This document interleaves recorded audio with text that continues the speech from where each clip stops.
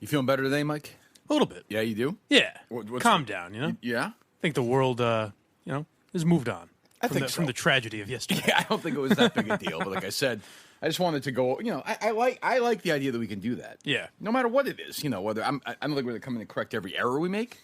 But I do like the idea that we have that capacity. We work at a place that allows us to do it. Yeah. And B, we can just do it. It's almost a little disappointing that nothing happened. Yeah, It's do like you we think ran back here and not recorded, really. Not really. Do you think we overreacted? No, I think we reacted appropriately in 2019. I mean, we didn't say, we stood by everything we said other than the actual thing that we fucked wrong up. thing. Yeah, Right. I mean, we didn't react to anything that was, I'm trying to think of the phrase. I don't know, in this time. I don't think we were running to be PC. We realized we were wrong and corrected it, whereas usually it's someone reports something and then we're like, oh, we're terribly sorry. Sorry. I mean, I'm surprised that, but these things can also come out 3 days later. Yeah, so true. you never know what somebody at Deadspin or whoever, like the Globe, whatever they're going to do. I have no idea. Yeah, it's usually when they're bored. Nor do I really care, but I just like the idea that we thought we were wrong. I don't give a fuck. I don't care what they think. I mean, I like reacting to it, but I don't really care what they think. There are also some places where you get something completely wrong and just pretend like it never happened and move on. Sure. Well, I think most places are like that. Honestly, in this business, most places do that. But I don't want to just. I don't think that's the idea of deleting stuff. To me, is not a great idea. Right. It's just going to. Because then it's some people heard it, and it's like, what? Why did they get rid of that? What are they hiding? What are they trying to do? Right, and it's not that big a deal. Yeah. I don't know. You fucked up, Mike, and Yes. you owned it, Yes. and that's it. Me Anything alone. else you fuck up yesterday? Anybody else you misgender identified? No, or? but today's a new day. Plenty of stories That's true. I could have half read. I did see. I haven't listened to it yet. I was listening to my favorite show, the Greg Hill Morning Show, driving in, so I didn't get a chance to listen to the Minifan podcast. I'm in the same boat, unfortunately. But I guess they roasted you, huh? Oh, me? Yeah, it seems like you were the target of their. Oh, I was on it, I think. You were, for the whole time? No. But they call. I shouldn't say. So I got a suspicious call the It's other okay. night. You don't have to spoil it. I got a Go ahead. suspicious call the other night. Is all I'm saying. The boys talk about the state of the Kirk Minihane podcast. Much of it is around their good, close personal friend, Blind Mike, who was in the bullseye of the Minifans for being cozy with Kirk. There you go. You took a lot of the heat yesterday. Yeah, a lot of the backlash. Ooh, people want you to fight with people me. were outraged. Wanted me to People fight want with you about overall, that. No, just overall. I think they want you to Oh. be more of a. Yeah, that's probably true. But let me ask you about that, because That's fine. Go should ahead. I take opposite stances just to do it? Like, there's a lot of things I just naturally kind of agree with you. No, I don't think so. No, I think if it's organic, go for But it. I will say, there is shit like, little stuff like, You fucking your mom? sure. Like Okay, that. that- I should yeah. say, hey, mister. It's weird that you agreed with that. Hey, Buster, I don't do that. The best way to deal with that is just to send him a text message and just be like, hey, me breastfeeding please never on my speak mother. about is my- Did off you have a limits. family intervention yesterday or no? I got a text from my mother that just read, what's wrong with you? I mean, there's many. How do you answer that question? You say I'm thirsty? I say, it's a hereditary. Oh, is that what she It's did? a hereditary Oh, thing. I see what goes on. So the first mom sent you the text in the afternoon, like, "What's wrong with you?" Oh God! Yeah, I see. Yeah, I got Please you. stop. I got you. I got you. This And you're like, well, disgusting I haven't been able to do number one, and I got you. Yeah, I know how it works. Right? Good God. I got a C- again, mommy. I'm like, oh God, the fucking Gearys. What is going on over there? That's what I meant. You've and of hit course, the nail on yes, the head. at long last, I saw two. Mrs. Geary, Mama Geary. I saw one. There I two. saw, but it was like Mike's mom or something like that. It was People just, are on the the ball. avatar was Rich literally- Mandarin's got a few. Literally just a pair of tits was the avatar. So, which it's weird that your mom would be that open on social media like that. I'm surprised. I mean, I like to think there's a lot more to her than that, but So what were you saying before I interrupted you? Like what? I don't remember. About the disagreeing? Oh, well, there's certain things where I don't really care, but it's like we were talking about Kevin Hart yesterday. Kevin Hart's not my favorite comedian, but where you're like, well, he's just not funny. It's like, well, I mean, he kind of like he But you makes. don't want to go to war over that one. But yeah, I'm Yes, not gonna okay. sink my heels in. Tell us one of Kevin Hart's funniest jokes. I know I wouldn't know. I'm not like a Kevin Hart fan, but it's like it does take talent and ability to fill out football stadiums doing stand up. I agree with that, but I'm just saying I don't personally. Right, find which is him why funny. I'm not going to be like, So well, you agree you with fucking me? asshole. So you agree with me? You agree with me? I don't agree You that he's unfunny. You Yes, I agree with you, boss. Thank Yeah, yeah. Well, I don't. But that's kind of my thing. Is like then I would have to who could choose forget your what famous to. Michelle Carter battle? I mean, That's that right. was legendary. Right? Yeah. When I disagree with you, I disagree, and I was right. I was proven Were right. you on there that one. for that one, Steve? Or no? No, that I was was not. That was the No. culinary. Jesus, that feels like 3 years ago. I know. But if you put it this way, because I think oftentimes let's do Roman first, then I'll ask this question. GetRoman.com. We have not heard from Get Your Man, Steve. When you're back, I thought Get Your Man comes back. I will put up the shave signal. that fucking thing up. This is the Blind Mike solidarity. Solidarity, brotherhood. In what way? He shaves when I get paid. You have to look at that disgusting thing every day until you finally do something about it. And I mean, it better happen quick because people are throwing change at me outside the Dunkin' disgust Donuts. I have for you does not match the joy I get knowing that Mike doesn't get paid. So it'll go on for another day. So when are we going to hear from Getro Man? I will put up the Get Your Man signal. Okay, I'll get good. him in. Yeah, I miss Getro Man. GetRoman.com/Kirk. Longer lasting sex. I heard from somebody yesterday who's using it. They love it. Sex life is better. They're happier, easy, and you help the show. Go to GetRoman.com/Kirk. GetRoman.com/Kirk for the wipes. Wipe them on. Longer lasting sex, better experience, and you help the Kirk Minihane show. So there you go. I mean, done. GetRoman.com/Kirk. GetRoman.com/Kirk. GetRoman.com/Kirk. I think they've been a day one sponsor of this program. They have. And, I saw a cheap Italian knockoff of Get Roman when I was over there. It had a very politically incorrect name. What was the name of it? Retard. Really? Yes. Is that right? Yes. Well, that means slow down, right? Yes. That makes sense. Well, yeah, exactly. Yeah, I get it. GetRoman.com we were still in the app. /Kirk. That's okay, Mike. You're a pro. Don't worry about it. I'm listening to Kirk Minihane's podcast. Sports and show business. Kirk Minihane, who is apparently a derelict of some kind. That is Kirk Minihane. No one more controversial right now in the sports talk world. That's what I'm talking about. Sport! Kirk Minihane, what kind of thug are you? Yes, well, he is white hot right now. The head. I also want to say something about Kirk Minihane because I like him. Kirk is like a sports genius who everyone hates. We'll do it live. Fuck it. We made some progress on the sensitivity training? Yes. In what way? I've got a call later today with a person from a company that does this professionally. And they do their own podcast exploring the issues within the diversity training Do we have any sound of that? community. No, I Let's should get some of that for tomorrow. Yeah, So I'll grab some of that. Everything's got a podcast. Yeah. What is our podcast about? You realize you've inspired Red 13 to host their own podcast as well. Wonderful. So much talent when I walk in here. There's people just bubbling with the excitement and personality. Yesterday was I showed up first. Like, I got here before you guys. Different world in the afternoon, huh? And there was panic. I just walked in, and they were like, what are you here for? A fucking narc? And What are I you was doing like, here? oh, I'm sorry. We're here to record the Minihane show. And they're like, what? Who are you looking for? And I go, Steve Robinson. They go, hey, this guy's looking for a Steve Robinson. I was like, am I even set up? What's happening? So I walked in, and Steve's like, don't ring the doorbell. I'm like, fuck you. Like, I'll ring the fucking doorbell. They're recording something. I'm like, I love Red 13 Studios. My guess is, Let It Be is not being recorded. Just a guess. You never know. But I played along. And of course, it's literally like a guy with a beard in here playing, and the girl like barefoot, like sitting cross-legged watching him. And I'm like, but when Jim is in here recording, he's got Grammy nominations. Jim, the guy that we've been dealing with, the head guy here, the talented guy. Jim here. Morrison. Who's that? You referring to? Jim. He's the guy he's the top level producer here. I'm sure his time is very valuable. I don't believe I've met him yet. I've been in the room with the both of you at the same time. You have looked him in the face. I don't know if that's true or not. Maybe not eye contact. You've looked him you in might have seen right his above feet. the head. You might have seen his feet. He was at there some point. yesterday. Yeah. Yes. Yeah, I like Jim. Jim's a very nice guy. Well, Sean was the one initially, but then Jim. No, but I saw Jim yesterday in the afternoon. Jim was in here in the afternoon. Yeah, but Sean was in the other room. Hey, Jim Sean. Oh, I've never met Jim. Then. Yeah. I don't think I've met. I don't think. And I've met Josh. I do not. But Alex is helping us this morning. I don't know any of these people. Do you know these people, Mike? No, not by name. If you had I don't any know. small talk with them, there's one kid. it's what you do best. There's one kid in the morning who would chit chat with me and Dave. Not the kid that was here. Kind of the today. younger guy. Sean or Josh? Josh. Josh. He'll say man. hello. He'll say hello. He's like your age. The guy who said, "Have fun in there, guys." Yeah, that guy. Yeah, Honestly, yeah. I had like a 15-minute conversation with them all on Monday about my trip in Europe.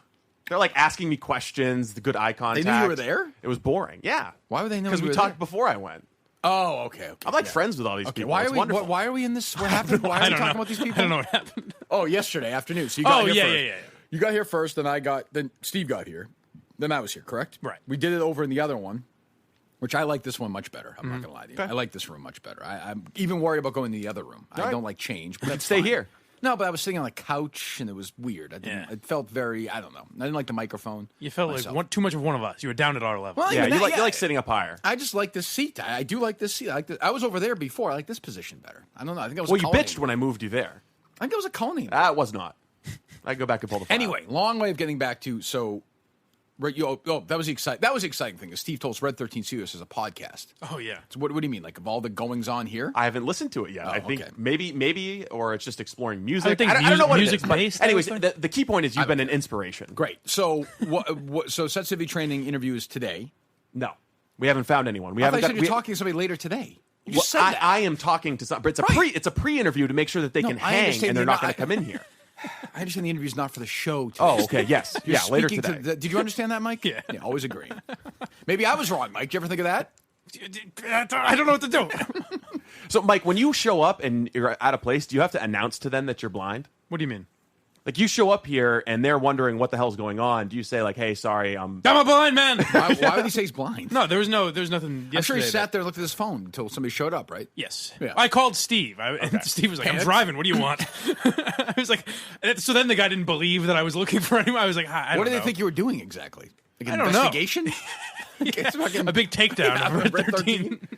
It's popping, though, in the afternoon. There's stuff going on, a little bit of life. Oh, yeah. What's happening? Which means I don't ever want to be here again in the afternoon. I like the fact that we don't see anybody and we leave. We'll do our best. But, so we did our thing, and how long was that? Like a half hour Half or hour. something? Yeah. Got almost no reaction, then we Yeah, got pretty out much. of here. Yeah. Which is about what I expected. But anyway, so I was following up with something else about you before I got into the... About me. Before I did the fucking read. I was going to get into something else. God damn My it. mother? No, not about your mother, no. Thank God. I don't get into your mother, Mike. That's Okay. your business. God damn it. I don't... We're going to put him in charge of the Marty Walsh would I say investigation. Why would I say it? I don't really know. I don't really know why you would say that. But the people turned on him, which I like. Blind Mike is in a weird spot right now. He almost can't win. I know. Well, literally, I get no. I pay money to be here. Yeah, no one wants me on the When show. is this Portnoy Summit?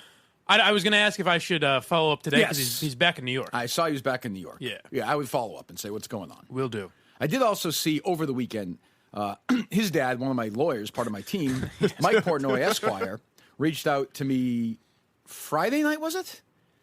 And then said, Kirk, wouldn't mind meeting up with you. Let's have a talk or something. Did you see that Really? tweet? Yeah. Oh, I saw him tweeting something about Chris Sale. And then I originally. think somebody hacked I'm sure he left something open. Yeah. And people were tweeting him about Chris Sale and me and then a bunch of other people.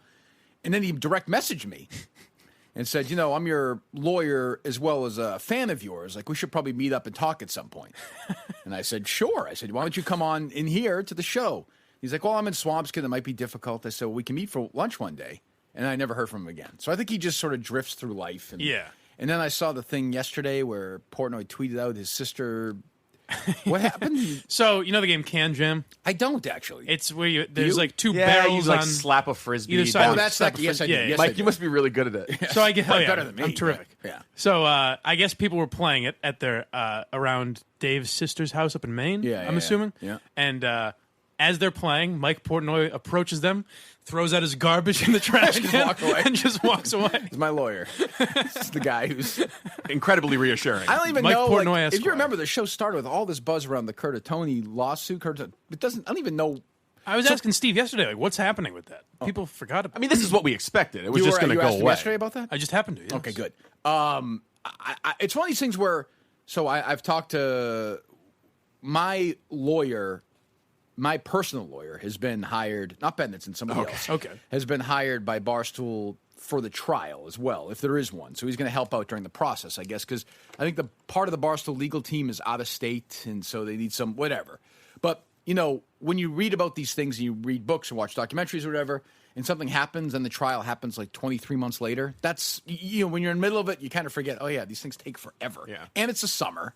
So I have no update. We haven't talked about it. I haven't talked about it for weeks. Must be hanging over your head. You must be. It's bizarre. All you can think I about. want to get over with. I know. I'm like Reuben Hurricane Carter. looming over. Yeah, I need to be free. Do we still want to reach out to one of his opponents, Curtatones? Sure, I guess. But I forget he's kind of gone away too. Like, Yeah, he he doesn't has. even exist. It's weird. They start out with all this craziness in the lawsuit. We went to Somerville that day. What's it? Jesus, the freaking asshole. What the hell is the guy's name? Rattooth? Yeah, what's his name? Oh, Riccio. Riccio. I even forget about him. Yeah. Like it seems like It that's seems a like whole forever different. ago. Yeah. That's my point, Mike. That's why I keep saying things were a long time ago. Let's I go like to here. back you up. You know. I have nothing on that because people will occasionally ask me about that. They're like, It's "Oh, yeah, strange for a lawsuit that's purely a publicity stunt to lose publicity. Yeah, it's strange. You know? I haven't heard much from Curtatone lately. No, it's weird. Even on social media, nobody tweets me anything anymore. It seems like people have just kind of moved on from him, on to Greg Hill in our world. But Do you think he might have done a little bit of polling and saw that maybe this wasn't working out in his favor? But then wouldn't he drop it or no? Or does he just think it's not worth dropping? I don't even know. Because then if he drops it, maybe it's him The admitting that it victory was lap stupid. would be outrageous. But I think the thing that's true. But isn't the thing that he's going to donate whatever money he gets to the women's that $10. Yeah, well, whatever it is. Let's say it's $3,000. I would just say to him, let's just split whatever that number is because I think it's capped. I don't get care. this over with. Let's split it. And I'll donate it. You donate it. Let's double it if you come in studio. Sure, absolutely. I don't think he would want to give you good. He would think that's good press for you, and I don't think he would like that. Would be my guess. Okay, I guess. But I mean, isn't spending time and money and lawyer stuff? You would think. It seems strange. You would think. It's funny talking about this. I never think about it either. Like it doesn't ever cross my mind. You're not worried about going to prison anymore, is what you're saying. Maybe they've got me sort of fooled right now, but I'm not concerned. Well, I think it's because Mike Portnoy just keeps it out of your world. You don't have to worry. He's one of those lawyers. When Portnoy's in charge. Yeah, he's like Harvey Keitel in Pulp Fiction. Yeah. He just makes things go away, which, again, I tweeted the other day. I don't really understand what he did in that movie. Would you say he's more like it was a Saul good Goodman, point. maybe? Maybe a little bit. Yeah. What's that, Mike? It was a good point. I kind of thought about that like when they introduced Mike to Breaking Bad. When Jane dies, it's like, hey, get rid of the heroin needles and put a long sleeve shirt on. It's like, I could have thought of that. Like, he looks cool and everything, but, Keitel rolls in. He literally washes them down with a hose, has them clean the car. Pretty pleased with sugar on top. Pretty pleased with sugar on top. It's fun to watch. Yeah, it's hilarious seeing. And they change the sheets and, whatever he says to Tarantino in that movie. That's the other good thing that Tarantino has done is he stopped acting in his movies, which is, I think everybody thinks is a good thing. Was he? Did he not even make an appearance in Once Upon a Time? I don't think he's in Bastards, Django, or Once Upon a Time, is he? Maybe not. I think. Put it this way: he doesn't have Reservoir Dogs. He's in it. He's in it. Yeah. He's Mr. Brown. And same with Pulp Fiction. He's in a good. Oh, he's good Jimmy. chunk. He's got a huge part of the third act. I mean, because he's. Yeah, I think now he just might make a brief appearance. Is he Mr. Brown in Reservoir Dogs? Because Mr. Brown sounds like too much like Mr. Shit. He says. Okay. And then there's that part where it's unbelievable. That movie is incredible. That movie, trying to make that today would be impossible. It would be impossible. Stephen Wright doing that. Like the perfect guy for the radio voice. Are you a Stephen Wright fan? I am. Good. So I don't know a lot of stuff. Any of the comedians you like? Oh, Mike still seems rabbled to me. No, not at all. You're okay? Yeah. He seemed comfortable this morning. Good. Yeah, easy breezy. I think he's reassured. He feels like he's a made man. I've been in this world where you think everything's fine, and then you get one phone call. Although I know it's different here, but you get that one phone call, or you go home and you think, geez, I think today was fine. And then you get a text from a salesperson or a management person. Geez, what did you say? They found 10 other podcasts you've done. What's funny is there's no brushback at all from anybody. Even if they didn't think anything was wrong, when I tweeted that out, it looks like we fucked this Rogan thing up. Yeah. In the old days, people would be like, what do you mean? What happened? They're just like, whatever. That's the beauty of them not caring about us. That was one nice thing I noticed about a lot of your followers, too, is that it was basically just tweets to me saying, hey, idiot, take this down or do something because you were wrong. But I'm not taking it down. But it wasn't I know. But it wasn't running to, hey, Deadspin, hey, Jezebel. Well, they know those people are the enemy. That's right. I know. And they know that. I am surprised that they're.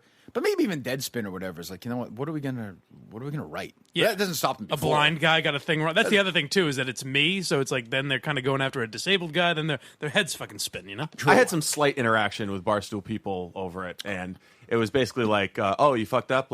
Just do this and that and the other thing. Leave us alone now." What are this and that and the other thing?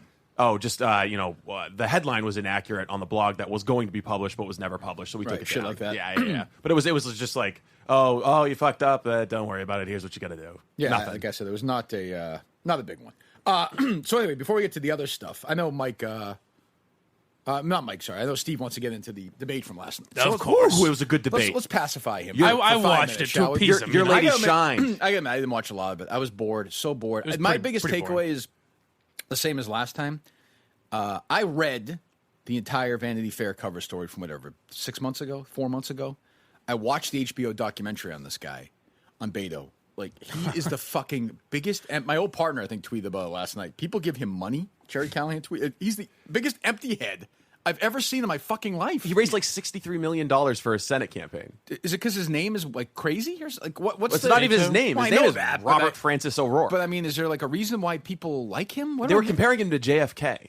I mean, he was running against Ted Cruz, so it's easy to look like. Well, yeah, you're easy to look like a creep. But I mean, there's this idea that because I got swept. We would talk about the Cruz-Beto race on my old show because Jerry loved Ted Cruz. It's great. Ted Cruz, he loves the Constitution. He's a man of God. He's a genius. He went to Harvard. He's a genius. Have you seen him debate? He's incredible. I saw him the other night. Kirk, just do me a favor. Go home and watch him on YouTube. He's unbelievable. He goes head to head with this lunatic liberal. Well, I want to say to her, put your hands out. We throw the net over you, you liberal, you puke. He's the only guy coming back at Trump. You gotta love it. He broke that out last night. His old line last night. He's like, Marianne Williamson, put your arms out so you can catch the net when they throw it at you. Wait, is that his line? Well, he's taking it from somebody else. But yeah, it sounds familiar to me. You've probably heard that one before. I've heard that one a few times. So Marianne Williamson was the star of the show last week. Breakout star. I think she was she stole the show. Absolutely. I saw on CNN after somebody tweeted out a thing where somebody asked her, do you have any pets or anything? And she's like, yeah, I had a cat, but it died. And that was it. She just walked away. I like her, but do we have any beta, like any empty Beto? Again, like it's just we talked about this a month ago or whatever. It's just a fucking pander fiesta. It was a game of I'm not racist chicken. It's like, oh, you think we should let everyone in? I think we should give black people $500 billion. I'm amazed at the casual level, and we can debate it. Fine, I don't care. But the casual level in which people say that Trump is a racist, it's not even in that world. Like half the country, it's not even a debate anymore. Like the man is racist, right? And that is that's like a hell of a charge. Now, you can throw it at him. It doesn't really bother me. But do you think Donald Trump is racist? No, I think he's an old white guy that has a lot of slanted views. So what do you think racist is, though?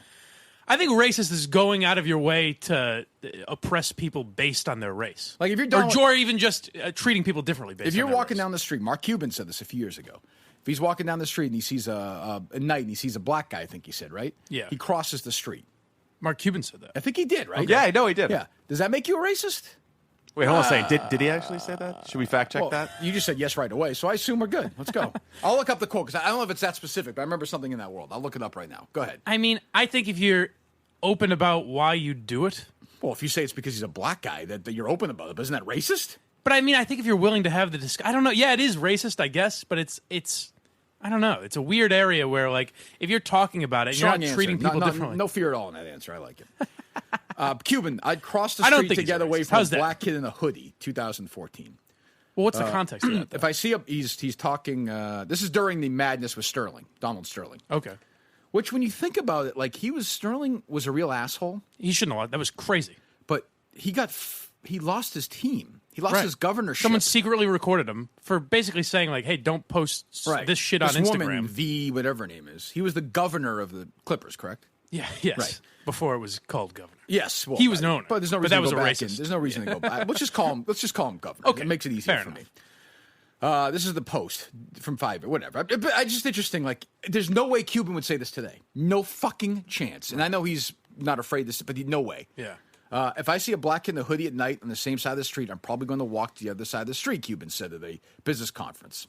Wow. There's no way he said a white person looked like a skinhead would also force him on the other side of the road.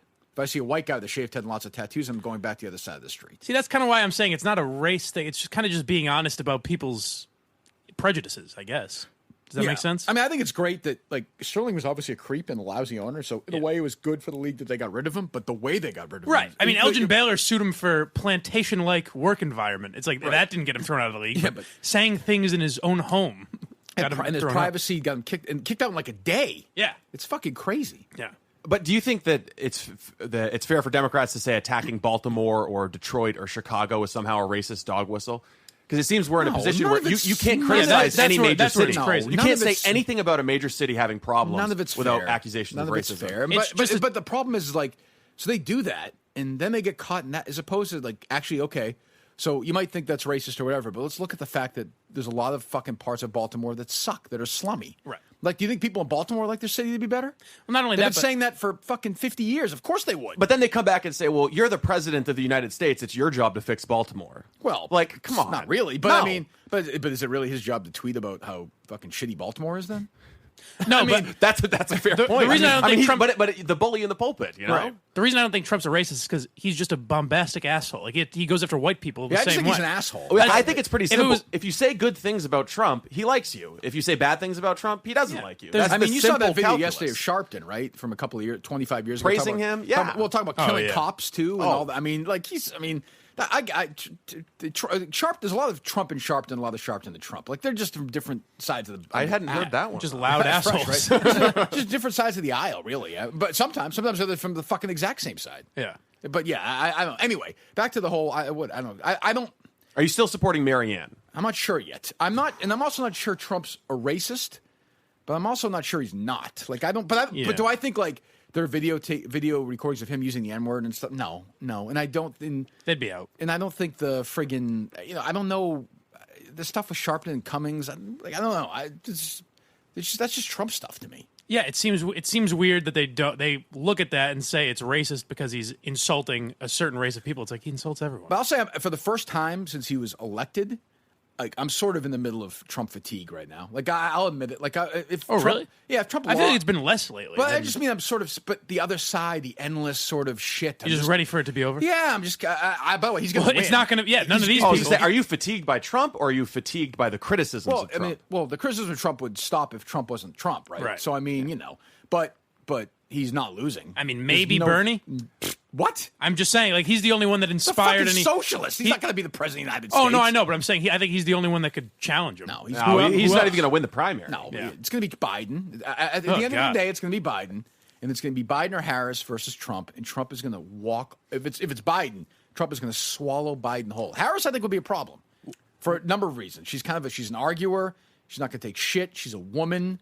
And Trump could put his fucking foot in his mouth 12 different ways. True. I think like a and by the way, she's smarter than he is. Harris Mayor Pete ticket. Yeah, I'd vote for. Would I vote for that? I might vote for that. I mean, you voted for Hillary. You got to vote for that. How can you vote for Hillary and then not vote for any of the current Democrat candidates? Well, I couldn't vote for Bernie Sanders because I'm fucking rich. And he's going to take. They're all going to. Well, you didn't watch last night. Bernie, Every single one of them. It is amazing. Every single one of them is going to take your money. On stage, sitting there waving. How much does Elizabeth Warren have?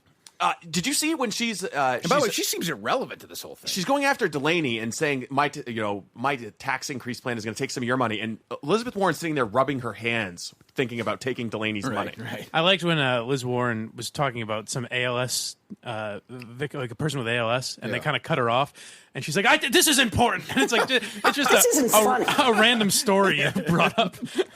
And she's told 76 times probably in the last month. Yeah. I if you rank who I like best, I like Mayor Pete is still my guy. But last night was. He seems a little phony to me. He seems like, hey, I'm just a fella. Like I feel like there's maybe some darkness there. Too polished. What do you mean by that? Like, yeah, he's a little too polished. Darkness. Seems like too nice a guy. You're saying he like murdered a bunch of civilians back in Afghanistan. Do you have any sources for that? Typical homophobe, my Mike. Oh, is he gay? I didn't even know that. You know he's gay? No. Then I'm all for it. In that case, I did not know that. Now I'm pro Mayor Pete. I didn't really know he was gay? No, I really didn't. Is that a big deal? Well, I mean, I don't think people's kind of part of the biography. I don't think of people's sexuality. I think whatever you want to do is fine. Did you actually really not know that? I guess you homophobes think about that. Did you really not know that? I really didn't know. How is that possible? I don't know. I'm an idiot. What race is Kamala Harris? Doesn't matter. He doesn't. He actually doesn't. I don't see. He doesn't see that way. Yeah. Well, give me some. Do we have any Beto? Do we have any empty Beto? Yeah, I could pull up some Beto, but I think Marianne Williamson on reparations. She put on a pandering masterclass. Here we go. The reparations thing was pretty interesting. It was. I did hear this. I don't even know. She out-pandered professional panderers. She went. The thing I like about her. She stepped it up a notch. She goes all in. I appreciate that. But you are calling for up to $500 billion in financial assistance. No? What makes you qualified to determine how much is owed in reparations? Well, first of all, it's not $500 billion in financial assistance. It's $500 billion, $200 to $500 billion, payment of a debt that is owed. That is what reparations is. We need some deep truth-telling when it comes. We don't need another commission to look at evidence. I appreciate what Congressman... Hold on. We don't need no more evidence. Enough of the evidence bullshit. Let's just hand out $500 billion to the $500 billion. I was going to say, I like that she's like, Don, you're not going to get me on this. 205, somewhere in there. But she boxes all the other candidates in because they've all said, we'll study it. We'll study it. We're going to form a commission. She's like, no. Legislation. $500 billion. They're going to get in the trillions by the end of these debates before you know it. O'Rourke has said, it is time for us to simply realize that this country will not heal. All that a country is a collection of people. People heal when there's some deep truth-telling.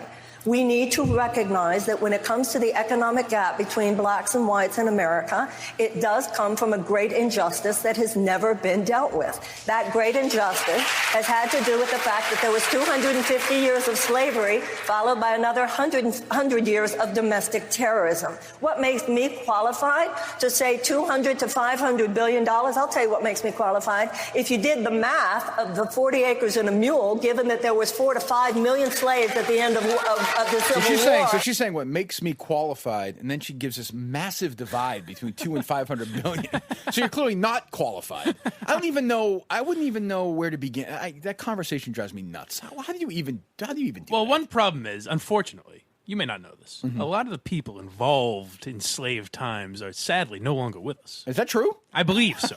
I'd have to do some quick numbering. It's just. But I get scared that like these things are actually going to happen now. Like Oh yeah, it's going to happen. I don't think she's going to win. Although I'd love to see her and Trump debate each other, but I'm guessing she's probably not going to win. But you're right. Like once they throw it out there, everyone feels like they have to do it because if they don't, they'll get tagged as like a racist or something. Donald Trump is standing between the Democrats and your money. Oh my God, there's no question. But I mean, but I don't know what, like, nobody there is like, this is, I always say if there's some centrist who's like, this is fucking crazy, people. Like, let's get away from all this other stuff and the trans issues. That's fine. We'll worry about that later. But, like, let's figure out how to fix, like, you know, this other shit that, like, people care about every day in this country. Yeah. But they're not doing that. It's so weird. Well, don't you think the person that would. And they're up again tonight, right? Yes, they are. Tonight, right? I'm so excited. It's great. Yeah, Biden's on tonight. I love it. Yeah. Can't wait. No. The fireworks. Incredible. I get some Beto if you want it. Yeah, let me just hear this. He's so dumb. He's just so dumb.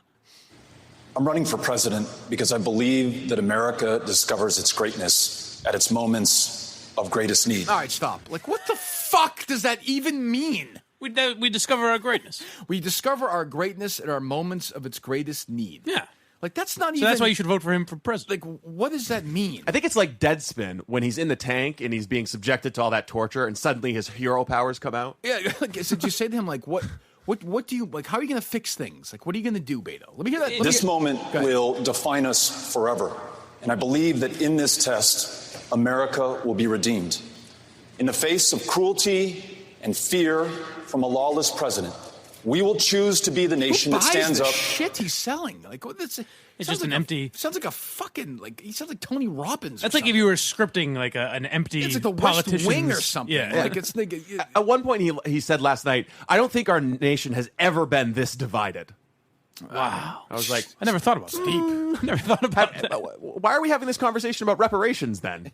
Yeah, but he just says these tested lines. He's so proud of himself. Such a fucking dumb. Do you think the person that like goes against Trump should be as crazy as Trump on the other side, or should be trying to? Because there's people that have to vote for Trump because of tax shit or whatever. Like the perfect things that they believe in that they have Trump to. for the Democrats is Kamala Harris. She's really perfect. Yes. And what is perfect? Yes, prosecutorial. She will drive him fucking crazy on the debate stage. I think that there's an image of Kamala as this tough, fierce prosecutor. I don't think she's as sharp as her reputation. Doesn't have to be. Trump's a dummy. I mean, she'll. Yeah, but he's a dummy. But all he has to do is have some wisecrack about, yeah, well, I'd lock you up. I'd throw you in jail. Look at that pantsuit. It never affects him for some reason. He might tweet something about her, or say, you know, I could. That seems to me to be the biggest Trump potential. He's not. Nobody's going to beat him. He's going to win again. You listen to these people, and you're like, Trump. If I was Trump, I wouldn't even. I'd stay away He won't for the next year and a half because he's going to win. He's going to win because these people are fucking crazy.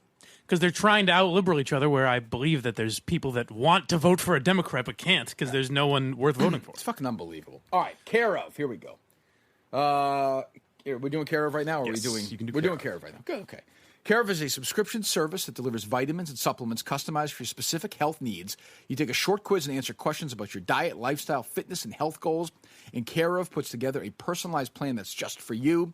We're in the middle of summer right now. Make health and wellness a priority with fall coming up as well. Just do that, would you? New month, by the way, tomorrow, correct? Yeah. So start. Make August the month for you. Do it. They take an easy online quiz. It takes a couple minutes. They ask you a bunch of questions. How much sleep you're getting. How you're looking for more energy. Do you need something to help support weight management? All health stuff. It gets very personalized. They do a great job. I did it. Mike's done it. Steve's done it. Easy. Done. And when you do it and you order, you get your vitamins sent to you. You go to takecareof.com and put my name, K-I-R-K, Kirk. You get 25% off your first order. Careof.com. Enter Kirk, K-I-R-K. You get the packets will say your name on them. You get your daily vitamin packs and protein powder sent right to your door. Easy. I'm interested. Since you run so much, was there any specific recommendation for you as a jogger? That I don't know. I have no idea. I don't know. I don't know that. It's a good question. Yes, because I answer that I run all the time. I run 5 or 6 days a week, so they had to have done that. Yeah. So they do stuff like that. Pretty simple. I want to sleep better. And I'm a couple days in taking them. So far, so good, I think. Although you get up so early. I don't know. Careof.com. Takecareof.com. Kirk, takecareof.com. K-I-R-K. All right, what do we got? Let's play some bad sound, huh? Let's laugh a little bit. This fucking political stuff. For me, I don't know. Mike's good on it, but me, I don't know. Steve just lights up, though. It's like for him, it's like the old days. Like he's thinking, Well, it's like defending, comedians who have been accused of sexually assaulting women. It's my passion. That's true. Some people have their things. Yes. Yeah. What do we have? We have something we haven't done in a while. We got a little big time baseball. Right, we have to do some day 3 of Greg Hill too. Yeah, I have some announcements for that also. But go ahead. I think we also need to check in on You want to do it live right now? No, the important stuff. What's that? I mean, very comfortable. It was only about 97 degrees inside the park last night. And it's going to be the same, by the way, today. Today is going to be oppressively hot and humid. And the high today, I believe, is going to be 92. Thank you, and Greg. Well, I it appreciate is that. 74 in Brighton, day number 3 of the Greg Hill Show. And we might as well get right to the lead. Hold on real quick. It's weird. I looked up all that information on my phone, and I was like, why am I doing this? I did not Greg know. Hill's going to tell me. I always check for Brighton itself, because for me it's important the city where they're doing the broadcast from. I live in Watertown, but sometimes I say, hey, Brighton's close enough. Yeah, well, that's the thing. I mean, if you're in 2 towns over, temperature's way different. But big deal, I guess, but I'd rather... We can all just gauge by Brighton. I'd rather they do every single city in New England. If they're going to do a show in New England, they should give you a temperature in every town and city. I don't think that's If it just became 4 hours of... So... Wilbraham is 91 degrees. Surprise, it's 3 degrees warmer in Orange than it is in Lexington. It's 2 hours away, but still same state. Very strange. I'm surprised he doesn't give the time at the beginning of the weather and then at the end. Yeah, that's because the time has changed a little bit. That's an old radio. You're supposed to update people who have their Why is that? Why do we still do that? Because nobody does that. Well, if you were doing radio 28 years ago, radio. Did you listen to my show? I know you. Did I do it? No, of course not. Right. I'm saying, why do bad radio shows do it? Did you have to train Jerry out of doing that? Well, Jerry didn't do it, and John didn't even really do it because they would make I think that's the old diary way of doing it. Yeah, something to say. Yeah, they would know the people keeping the way they do ratings now, where they have meters. But in the old days, you would literally write down. They'd give diaries out and they'd say, "Hey, what do you listen to?" That's why it was so inauthentic. Like, fucking nope. Who knows what you listened to 3 weeks ago? But it's still pretty screwed up. Yeah, but I'd say it's a little closer to reality than that way. Like if you're wearing a meter listening to the Kirk Minihane podcast and you're walking in a bookstore that's playing Carson and Kennedy, yeah, you get that. You're going to register as a Carson and Kennedy. True, yeah. No, I agree. It's not even close to perfect, but it's better, I guess, than it was 25 years ago. I don't understand why they don't have the ability to tell what every single radio is listening to. Of course they can. Like, they should be able to. I mean, they should be able to. It's never made sense to me. Well, it's a one-way signal. Well, excuse me. Oh, you're saying every radio? What do you mean? Yeah, I'm saying why can't they tell the exact amount of people listening? Like in this day and age, you'd think they would be able to figure that out. They don't know the exact amount of TVs. That's an estimate. Which is bizarre to me. Yeah, I don't get why. We have cable boxes in our house. Because you would have to send a signal back. Okay. I don't think there'd be a way to do it. You're on top of things today. You're taking these vitamins or not? I'm finally this is me when I admit that I don't know things. It's a whole new thing. Yeah, right. Used to hide my stupidity. Is there any end to your stupidity now that we know? No. Put it this way, we're not shocked at this, but this is like it's a strange thing. Uncomfortable now. I'm gonna bail Mike out. How do they figure out, like, when you go to Subway and you get a sandwich and it's $6.82, you give them $10? How do they figure out the exact change to give it back? I've never understood that. That's not what I asked. I've never understood that system of how do they figure that out? I'm saying all right. They need a signal back, I guess. I guess I'm a fucking moron. moron. Stay in the sky? I guess I'm a fucking moron. Weird. How does that work? I don't know how, actually. What is that?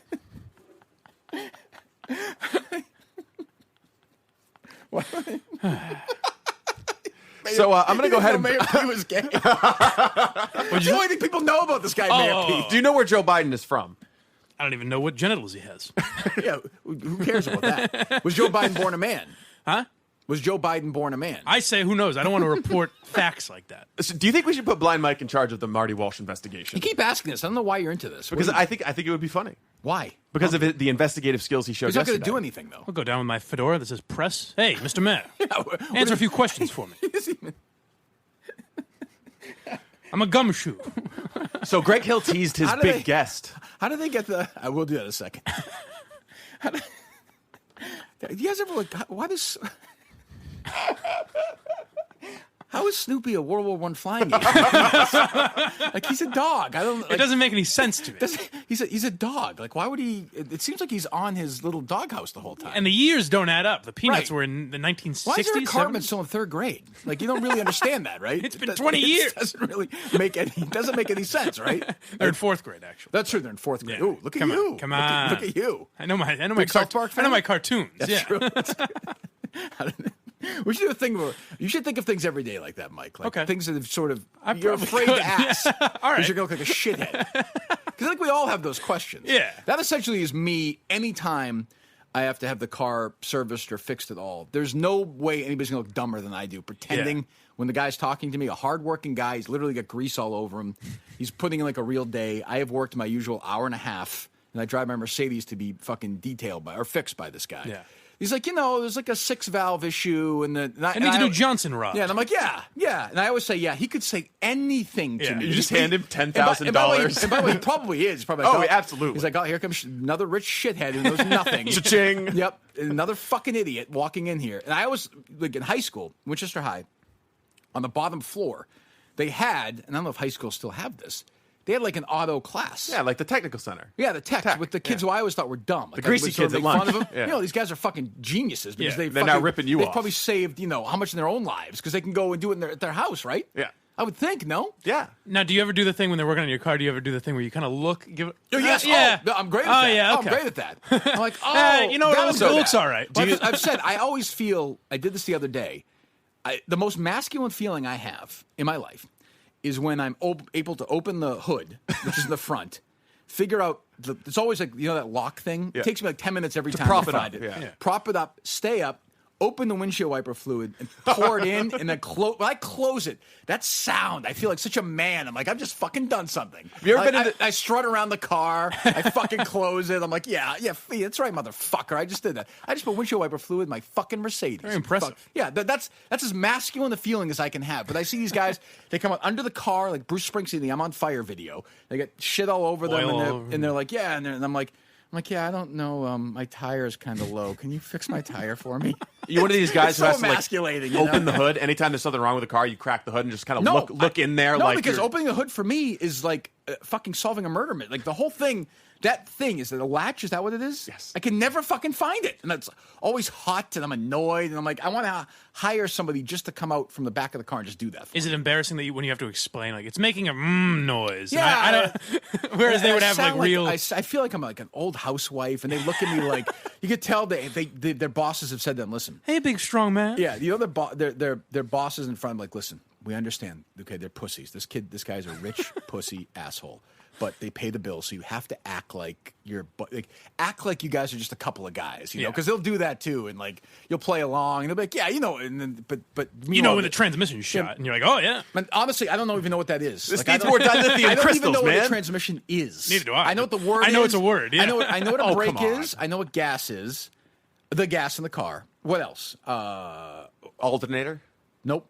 I mean, I know the word. I have no idea what it does. None. Carburetor? Nope. Fuel injector? Nope. I know what they all are because of Springsteen songs. Drive shaft? Nope. Wheel. I know what a wheel is. Very good. All right. We're making some progress. Yes. And I do like the windshield wiper fluid. I'm a big user of that. I just kind of like the way it looks. Very impressive. But that's it. I don't know shit about cars. I mean, obviously, I don't either. Well, that's true. Yeah. I'm looking. I've never had a need. Do you know anything about anything? No, not really. If Blind Mike came out of the mechanic shop to fix your Mercedes, what would you say? That might be an issue. What have you done for work in your life? Me? No, not you, Mike. No. The Eric from outside. Saying for his podcast. His name is Sean. Sean for his podcast tomorrow. Might want to bring him in here tomorrow. In his defense, he can't tell that you're trying to make eye contact. But I was talking to him. Why don't we swap these two, and we'll have Mike do the Studio 13 podcast, and we'll have Eric in here tomorrow. Does that sound good? Yeah. Go ahead. I was a dishwasher for a while, and then I mean, currently or no? No. And then I interned at local radio. Okay, so you've never had a job, and then I worked at Barstool, and then Entercom. So you never had a real job? Not really. I mean, dishwasher. Other than that, no, not really. What are we doing here? What's the most you've made in a year? Do you think? It's kind of a personal question. Boy, Eric is dealing what you make in a week. Eric and Porter are dealing with a real tiger here. This guy has got leverage like you wouldn't believe. Have you ever done media labor? The show loses all this gold. That's true. I worked at Dunkin' Donuts for 3 summers in a row. Oh, that's me, Neil. And you laugh at dishwasher. You worked at Dunkin' Donuts. I didn't laugh at dishwashers. I laughed at the idea that's your entire my entire working biography, other than Barstool interning Sports at places. Yeah, it's like, the only time you ever made money. Did Barstool pay you? Yeah. How much? $300 a week, something like that. Oh, all right. That's what you get here. Hey, no, you made more on your artwork. Yeah. That's true. You're an artist. I am an artist. That's when you. I think you should. Kirk, I think talking into these microphones is art as well. True. You know, I think it's probably time for another drawing, though. Well, I can think of a certain member of his family who may be willing to come in for a nude sketch. Come on, definitely not. Why not? That one would sell for $700. Would you be willing? If you it's got, just too weird. If you got $5,000 for that, would you do it? Oh, sure. Yeah. You would really? Yeah. Would your mom do it? No. No chance. No. Okay, I'm just asking the question. I'm trying to help you out here. He's acting like you don't have his best interest in mind. Yeah, I mean, I don't, whatever. I don't think you have her best interest in mind. Just a tasteful nude. That's all. Draw me like one of your French girls, Mom. Oh my god! And it would look exactly the same as the other drawing. This is it would. Just with hair, I draw hair on the The hair where? On their head. Oh, what? Where? On the top of her head. Oh, I got you. I didn't know what you were talking. I didn't Christ. hear you. I didn't hear you. Jesus. How is she? Oh, you said what's wrong with you? Is what you said? Yeah. Said you're a sick man. To who? Me or you? You. Me? Yes, but thinks you're funny. I think she found the humor in it. But you don't like that when she finds somebody else funny, right? Why? What bizarre. What is this premise? Oedipus. Do you know Oedipus? Are you familiar with him? After yesterday, I feel like you have to eat a little bit of shit. That's all. Oh, I don't mind it. I just think it's fucking ridiculous. I'm not sure. Where was it born from? I don't know. Okay. I enjoy it. It makes you uncomfortable. Which I don't know. I think we started talking about breastfeeding or something. That's what it was. That's right. That's Snook. Oh, Snooki. Is the Snooki story still hot today? It all comes back to Greg Hill. It all really comes back does. to Greg Hill. So Time and temperature? Time and temperature. They're on again today. I think we're just going to talk about less and less because I find it harder and harder. Even like day 3, I was like, this is now officially work for me. Like I'm like, it's just terrible, and let's just. I think you love it to some extent. I do. You texted me yesterday, like, do you hear this shit? Yeah, so it was yesterday, though. Yeah. What was yet? Oh, they just kept taking call after call from these plants. And, of course, every time they're like, oh, there's another plant. And you're like, yep, this is definitely another plant. And they're like, yeah, we used to listen to the old show, but you're a lot more fun. Yeah. And they're like, yeah, we're having a great time. Oh, did you hear the guy this morning? No. Scott from Weymouth or something? Oh, God. No. It's like, we got a bunch of really interesting stuff to get to, but first we're going to take 11 phone calls. Yeah, they're way into this. Just say our show sucked and your show's better, and then move on. Like, nobody's going to. It's your show. The amount of calls now that they take, like, phenomenal. They took someone saying, like, hey, how much sports are you guys going to talk? Because I guess they were used to the old show. Yeah. And he goes, well, how much sports do you think we should talk? And the guy's like, I don't know, 2.5 hours. And Greg Hill's like, okay, we'll think about that. And it's like, what are you debating with the listeners? How much you talk about certain topics? Rule number 1 is the listeners are fucking idiots. They're lemmings. They don't give them any respect. They're dummies. Jesus Christ! You're listening to sports talk radio callers. He's having like a negotiate. Not even listening to them. He's having a negotiation. He's like, what if we did like 2 hours? And I think Curtis even made a joke about it. He's like, 2 hours and 27 minutes is the most we can. Classic Curtis. Curtis is gone in 2 weeks. That's my prediction. Really? Yes, my prediction. Wow. Totally. Not based on any insight. Actually, not based on the inside info. I don't. Chris and I have talked a little bit. I've kind of our thing is like we're left just him alone. I'm blasting his like. It's just easier if we stay away from that stuff. Right. But I would guess that he is not thrilled working on that. What do you think Curtis does if he leaves? Goes across he's the got street? family money. Oh, okay. No, I think he's probably burned some bridges across the street. Oh, okay. I think he's probably going to get out of the business for a while. And I love the guy. I saw him a couple weeks ago. We had dinner. Me, him, and Jerry and Mutt. He is so skinny right now. Like my old producer, if you don't know, and it is 8:02. My old this is the Kirk Minihane show on Barstool. Wherever you're listening to this, and whenever. What's the temperature in Saxonville right now? Temperature in Saxonville right now is 82 degrees. High 91 today. Temperature in the studio right now is 114 degrees.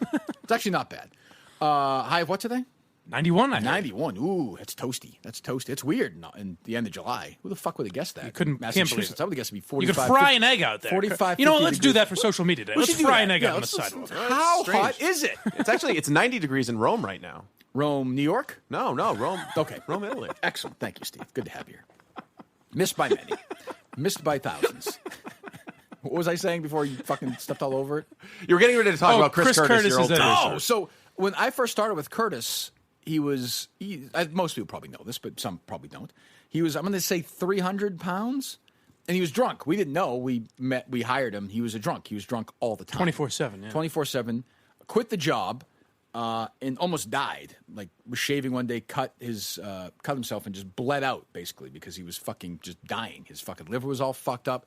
He was in hospital for, like, 3 weeks, and then came back, joined us a few months later, totally sober, admitted his sobriety on the air.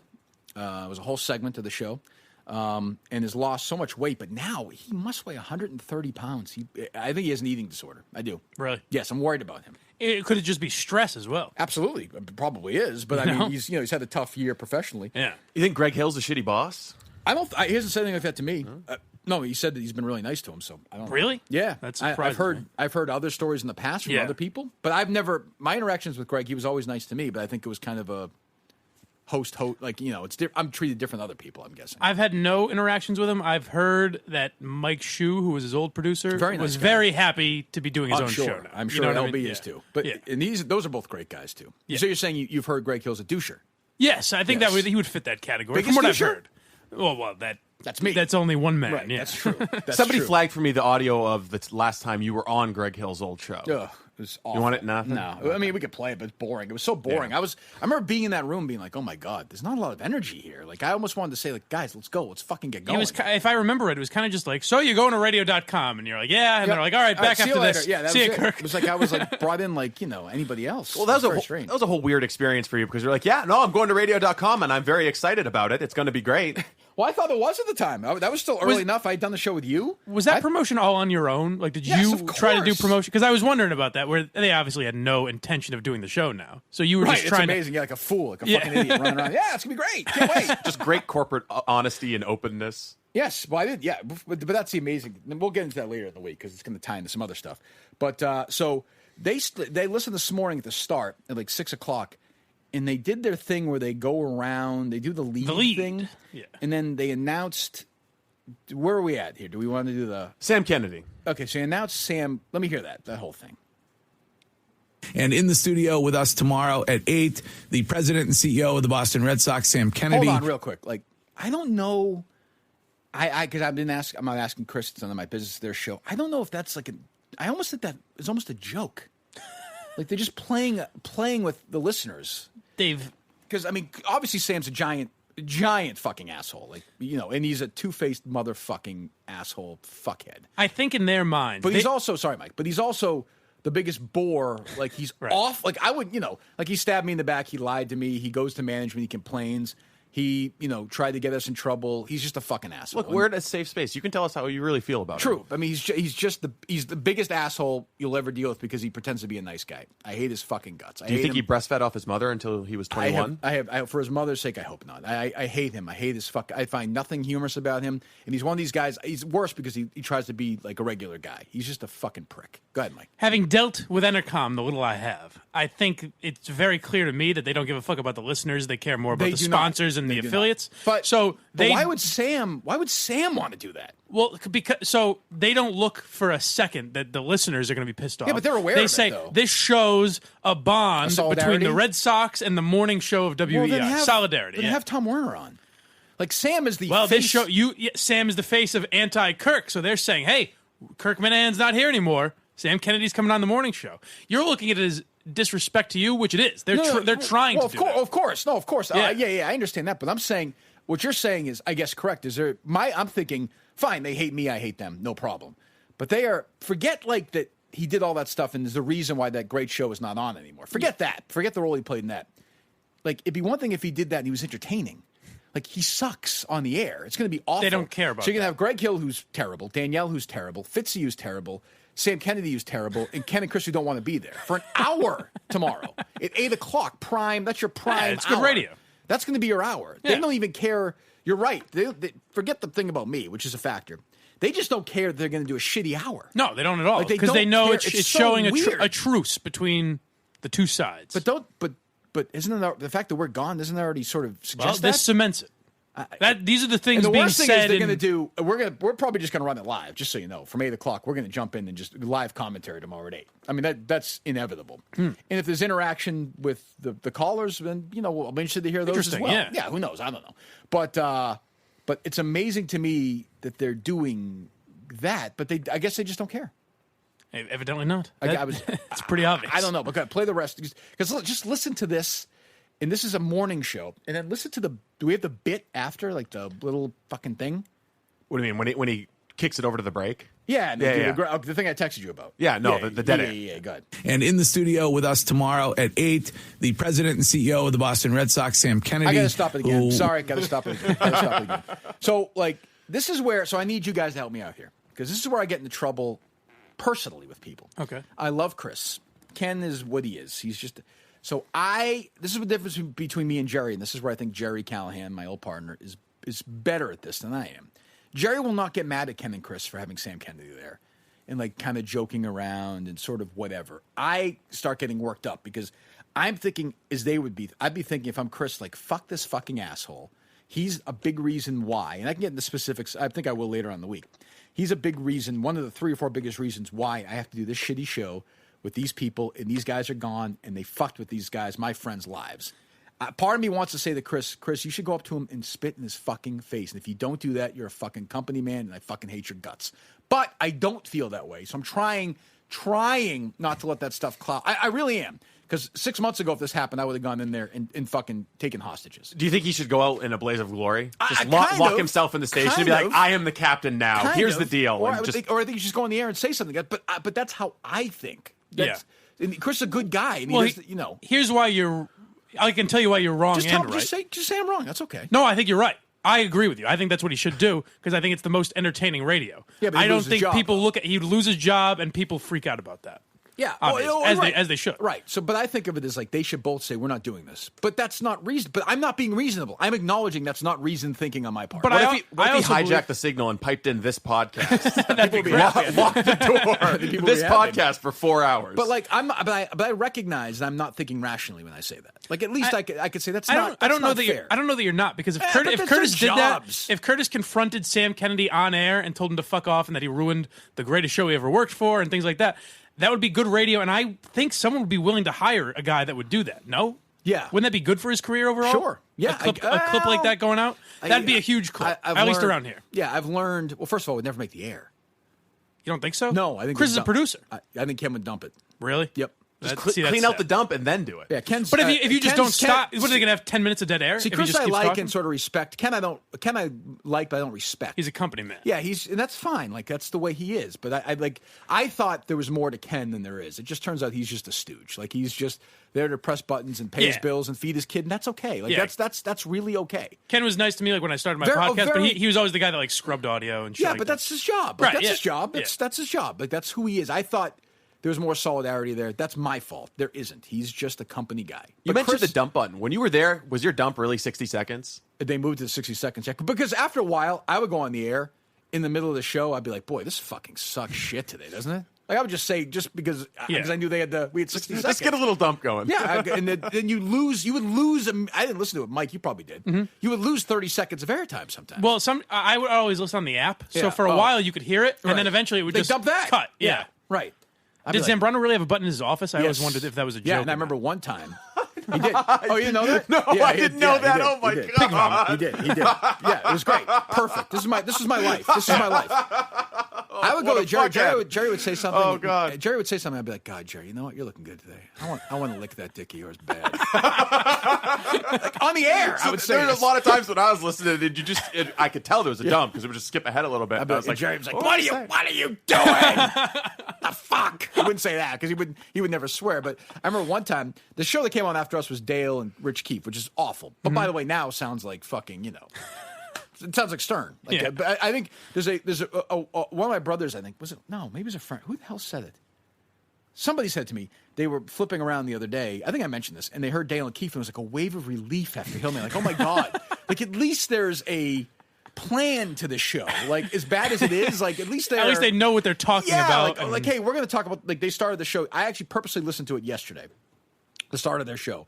And they talked about the Patriots Hall of Fame ceremony. Yeah. Obviously, it's fucking awful. Sure. But you're like, okay, they're getting. Of course, Dale's like, yeah, and I wouldn't want to run into John Hanna in the dark alley. Athletes are all larger than life, and they never do anything wrong. All that shit. It was awful, but at least there was it made sense. They'd sit there and Dale was like, okay, let's take some calls about what we're going to be and what we're not and it was whatever. 617-779-0937. So what are we doing today? Right. So one time Zarbano was gone. And Dale and Keefe were on the air, and it was terrible. And I just walked into Zarbano's office, and I hit that button like 10 times. Dude, you should have hit it when you snuck back into WEEI. I should have. That's true. I didn't think of that. Although, he doesn't have one now because I'm gone. I'm sure the dump button's gone now. They don't need it that for. So it's like the Matt Lauer button, except for it's for like assaulting you. Correct. Assaulting the listeners. So I just sat there and I went, beep, boop, boop, boop. And he has a radio in his office, so you could hear it. And it was great. It was great. That gave me some level of satisfaction. I had a similar experience yesterday driving home from the studio listening to the Financial Exchange with Barry Armstrong. I was like, this is so much better than the Greg Hill Morning Show. It is better. It was good. It was financial news. I loved it. It's probably better. It was a relief. I was like, please, Kirk, don't make me listen to more Greg Hill. Whatever you listen to is going to be better than but play the record. I can't get past the first sentence. We'll certainly address what the Red Sox have or have not done. So that'll be on tomorrow's show.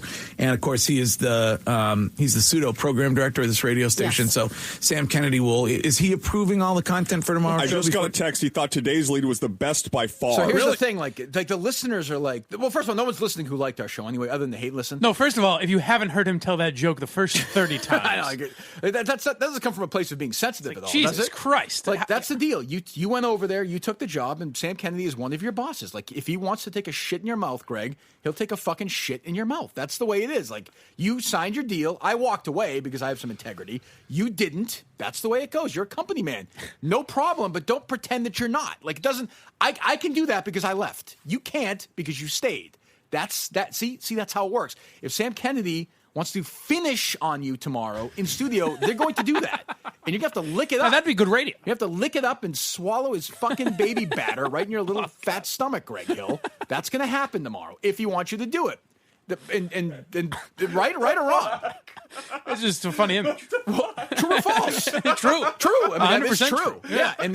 And Ken will be there, and he'll be like, "Yeah, that's interesting. That's a great job." And and Danielle will be like, "Oh, that's trending coming up." Yeah, Danielle will be like, "I didn't expect this today." And Fitzy will be like, "That's the time, like in Brokeback Mountain, like whatever the most obvious gay joke is," and that'll be the whole segment. And Danielle would say, "This is my Friday night." Yeah, right. She's crazy. She's sassy. She's one of the guys, sassy. you know. Yeah, she's There's a little caught in his mustache. Oh, you saving that for later, Greg? Yeah, that kind of thing. And Fitzy will do his fucking the three most obvious jokes of all time about people who've done it, and that'll be the segment. That'd be a good segment, though. Hey, what is this? Bill Clinton's hotel room? Right. And then it'll be, Greg will be like, "Oh, one second, let me get this off my face.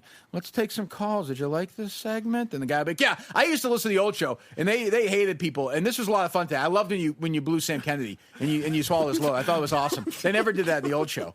And they'd be like, "That's great. Okay, let's go to Ken, who he's just randomly calling. Yeah, this is great. This is my favorite blowjob segment of all time. It's great. Why didn't they do that in the old show? You guys are doing this way better. They'll do that for fucking Ken and Brighton. Yes, Ken and Brighton. Let me hear the rest of this. So he liked it, so that's good. What did he like about it? Just casual delivery or the energy? Speaking of casual delivery. Let's move this terrible joke on, like, even more. Like, just belabor the point that you're, The other thing, too, is, like, I'll sometimes repeat jokes I made on Twitter, and you call me out for it, and I get, like, red-faced and embarrassed. Right. Imagine making this joke upwards of 30 times. Well, I worked with Chris air. enough that, he obviously knows that. Like, if I did that, or if Mutt did that, like they would jump all over him. If Jerry did, I'd make fun of him. Like, nobody says, "Hey, Greg," like, even like that would suggest. When I hear that nobody's breaking his balls about it, that suggests that either he's asensitive or an asshole. Yeah, like saying, "Hey, Greg, why don't you got any new material, asshole?" Like, speaking of Mutt, now the Greg Hill show is dumping on him. Oh, I heard that. Yeah, poor Mutt. But what were you saying? I've heard that someone had to go downstairs yesterday into the basement and talk to Danielle. And they said, "Hey, show's been good." And Greg from the background said, "Show's been what?" Oh, really? And the guy goes, "Good." He goes, "Oh, okay." I'm sure the guy meant it. Yeah, right. Go ahead. Oh, what was it? Nobody's name was introduced. He loved it. It was so smooth. He liked that. He really liked that aspect. So is Chris being sarcastic here? Well, he's not talking to Sam Kennedy. No, but I'm just saying, like, is he being sarcastic and mocking? He's just trying Greg? He's trying to get to 10 o'clock. Anything to get through the No. I know Chris, like, if you know Chris and he knows you, he's one of those guys where then if there's a comfortable thing, you can break his balls. Like, I can walk into a room, it's not a talent, but I don't mind dumping like Willie Colon. Yeah. Like that doesn't bother me. Like Chris could never do that. They're not that kind. So he's peaceful not, man. He's not going. He just wants to get to 10 o'clock and go. I mean, he's in charge of that Twitter account. Chris is. Yeah. And you've seen it's not exactly been active. It's not. I'm surprised that he's in charge of it because it doesn't remind me of the Kirk and Callahan. Well, I mean, if you're cutting promos and best ofs for that show, what the fuck are you doing? I think you just pick any point and just run with it. Yeah. It's as good as anything else. I mean, mid-sentence doesn't matter. I run commercials. Here's the What's lead. the best commercial of the day? And just run it. Like it has to be funnier, right? All right, Arbella Insurance. Cars for Kids. Let's go. Cars for Kids on a loop. Get them going again. Did you know Cars for Kids is like a charity for rich kids to go to camp? Yeah, I didn't even know that. Yeah, I thought it was like for sick kids. Can we speak ill of Cars for Kids? Go for it. I mean, I don't advertise here, do they? I don't think so. Whatever. Even if they, I'm not even saying that's fine if kids want to go to camp. There have been lots of investigations, lots of stories. Yeah. But I always thought it was like for sick kids or something. I guess it's not. Maybe I'm wrong, and some of it is. Again, we're jumping into something half-assed. Well, Blind Mike was telling me earlier. That yes, Blind Mike's I've got a scoop on this story. It's actually linked to Hezbollah. Is that right? Yes. Do you know what that is, Mike? No, not a clue. Okay. Do you know what state Abraham Lincoln was from? Virginia.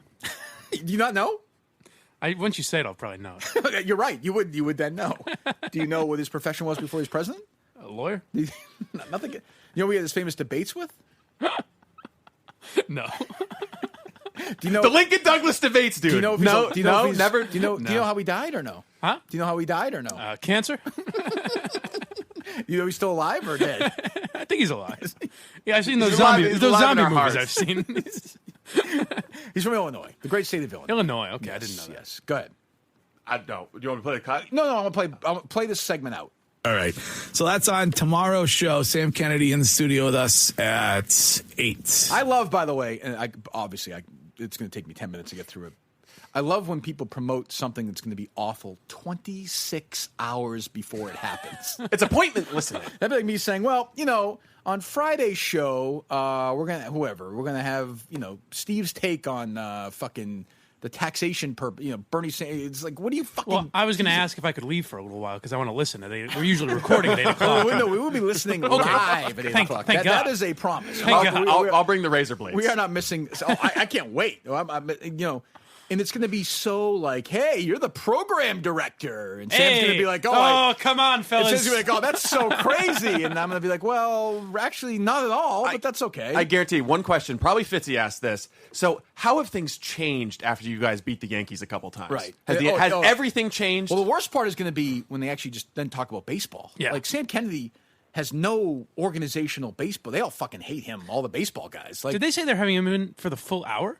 8 o'clock hour. Maybe it's a segment. I don't know. It's got to be. What are you going to talk to him for? Well, they had Wick Krausbeck on.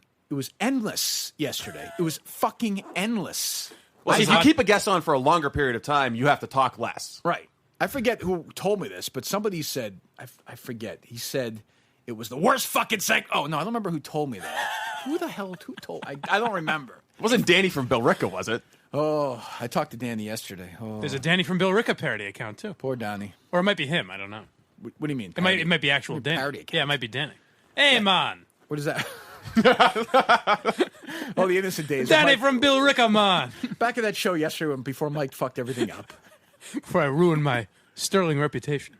Let me hear the rest of this. The next sentence. Oh, what happened? Start it again. Go back. So there literally is. I was in the car. I'm like, did everybody? Because I could see after you announced Sam Kennedy is going to be in the studio, I could see everybody reacting like there's been an assassination where everyone just kind of sits there, or like when they announced that President Kennedy died, and everyone's just kind of sitting there before they get emotional, like that second where you think, oh my God, we're really doing this, and that's what it sounds like, right? Like nobody says anything. Play the end of it again. Oh, smooth. He liked that. He really liked that aspect. All right. So that's on tomorrow's show. Sam Kennedy in the studio with us at 8. Stop.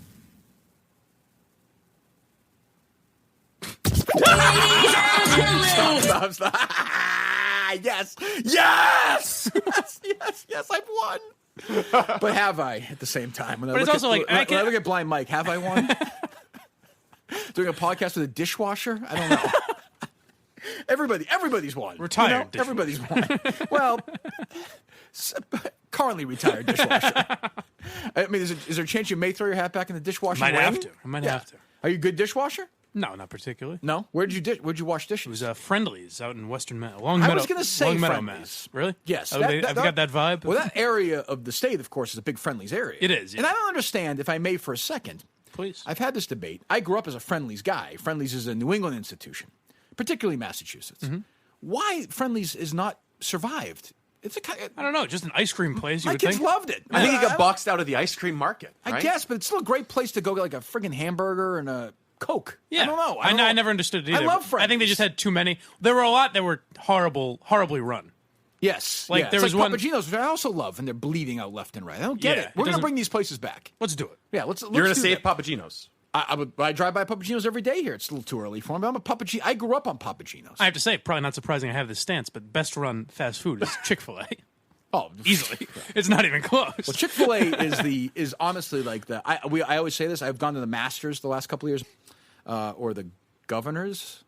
I don't know what they're going to change it to. Oh, that's interesting. God knows the supervisors. What place is not going to change the name of that term is the Masters. That will be called the Masters. Yeah, right. The Mistresses. Yes. I wonder if there'll be any outcry to change the name of that. I never thought about that. My guess is that Don't give Jordan them ideas. Spieth and Justin Thomas are not that concerned about it. But anyway, the place it's first of all, it's the greatest. Great. I'm going to go again next year. It's the greatest place on earth. I love it. I love it. I love it.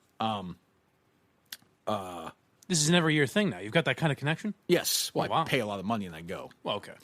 Yeah, so the last 2 years I've gone there, and it's run like the cleanest, greatest run. It's like an amusement park ride. It's like going to Disney World. And I always think that the only place that's similar to that in terms of running it is Chick-fil-A. You go to Chick-fil-A, whether do I care if the guy who owns Chick-fil-A doesn't want two guys with penises to? I don't care. Whatever. Right. That's his feeling. Great. He's anti-gay. Fine. You're an asshole. Awesome. But, you're a prick. Fucking. I don't agree with you at all, but I like your fucking food. Yeah. That's it.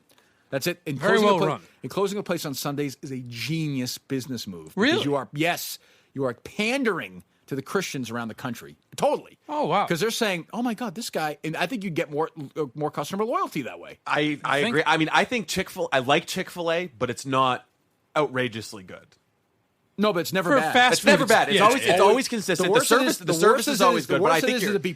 I think you're exactly right that he's positioned himself so that if there's ever one of these protests against him, it actually works in his benefit. Totally. See, I always just looked at it as they're losing business on one of the bigger days for fast food business. They are, but they curry favor with that crowd. Like I think down south, like you forget, like I'm a man who's traveled many miles on the road.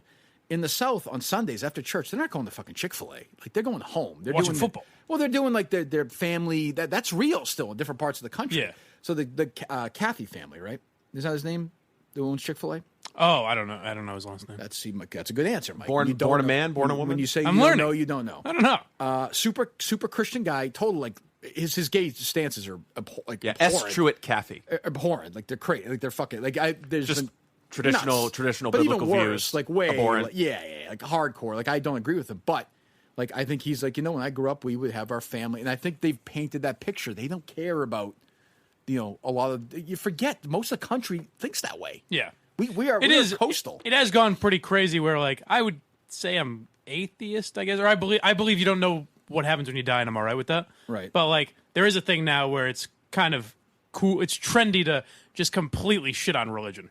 Where it is smart to... I've done it. I mean, it's been that way for like 5 or 10 years. Yeah, totally. I've done it. But my thing is not... But now it's gone like over the top. I agree. Where it's like... My thing is I just think it's silly, but I don't... Yeah. But I don't like the idea that it's evil if you're religious. Like, the extreme, like if you think gay people get married, it's going to cause like hurricanes. Like that's nuts. But to be religious is fine. I don't care. Well, but here's the one thing, though. Christians, okay to hate. Muslims who have a lot of the same beliefs, you can't. If a Muslim says, gay marriage is going to cause earthquakes, as some in Iran have said, you can't criticize that. So it's a complete fucking double standard. If there was a Muslim version of Chick-fil-A, liberals would be flocking to it. It would be like a hipster. Is there one or no? Like any kind of halal food? I don't know. There's no huge chain. I love them. They're great. I love them. Yeah, exactly. I go all the time. There you go. Fucking lib. Chick-fil-A on Sunday. Yeah, I mean, I do get pissed off if you see one, you're like, oh, shit, it's Sunday. If you ever get the craving. Yeah. But, boy, it's good. Oh, my God, it's good. It's fucking great. And they fill up your drink. They give you the refill. No issues. The fries are good. Waffle fries are unbelievable. Done. 2 seconds, too. They boom, handed out. Now we just sound like we're doing an ad read. Boom, 2 seconds. Well, hey, they can get in touch with us. Chick-fil-A knows how to get in touch with us if they want to. Speaking of ad reads, your feet look so goddamn comfortable. Hold on, we'll get there. We'll play the rest of this. Let me hear this pause and then the awkward. I love this. Can they get into this Who does this bit, do you think? What do you mean? That can't. Well, you haven't heard it yet, right? I was listening on my way this morning, but I was kind of zoning out. Go ahead. Let me play it out. Kennedy in the studio with us at 8. 1, 2, 3, 4, 5. Go back real quick. I want to see if I can ask Mike something obvious in history that he doesn't know. Okay. In the pause time between. So set it up. And you're gonna hear a little bit of Greg Hill.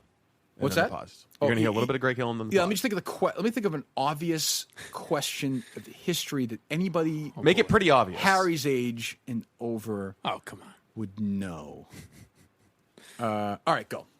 Smooth. He liked that. You really like that aspect. All right. So that's on tomorrow's show. Sam Kennedy in the studio with us at 8. Who's the third president of the United States? Thomas Jefferson. Damn it. God damn, you're smart. Ladies and gentlemen. Bring it back again. We did it. We'll do it until he gets it wrong. We'll do it until he gets it wrong. One more time. Smooth. He liked that. You really like that aspect. All right. So that's on tomorrow's show. Sam Kennedy in the studio with us at 8. Who was president after Richard Nixon? Ford. Gerald Ford. Damn it! Ladies and gentlemen. Back. Fuck. He's a presidential scholar. I know my you got to get off the presidents. Move on. I'm just trying to. I got one. You got one? Okay, Yeah, good. So that's on tomorrow's show. Sam Kennedy in the studio with us at 8. What was the nickname for Alaska when the U.S. first bought it?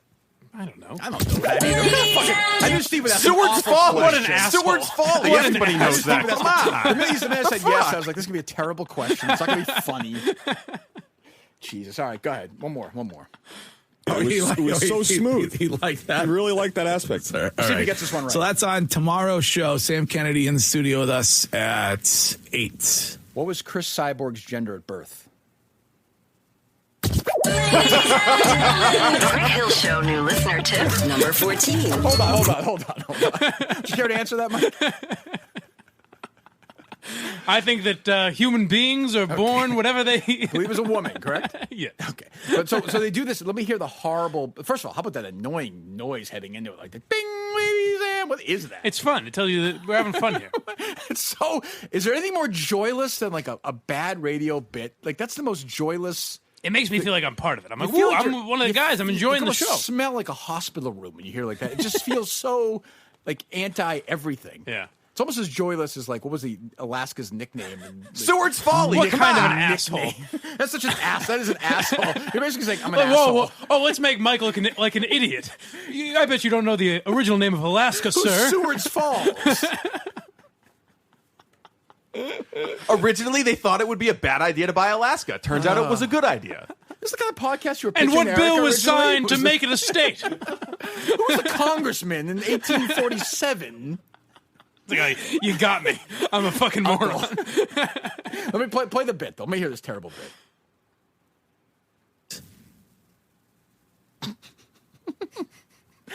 Ladies and gentlemen, Greg Hill Show new listener tip number 14. Greg attended Neshoba Regional High School in Bolton, but didn't graduate.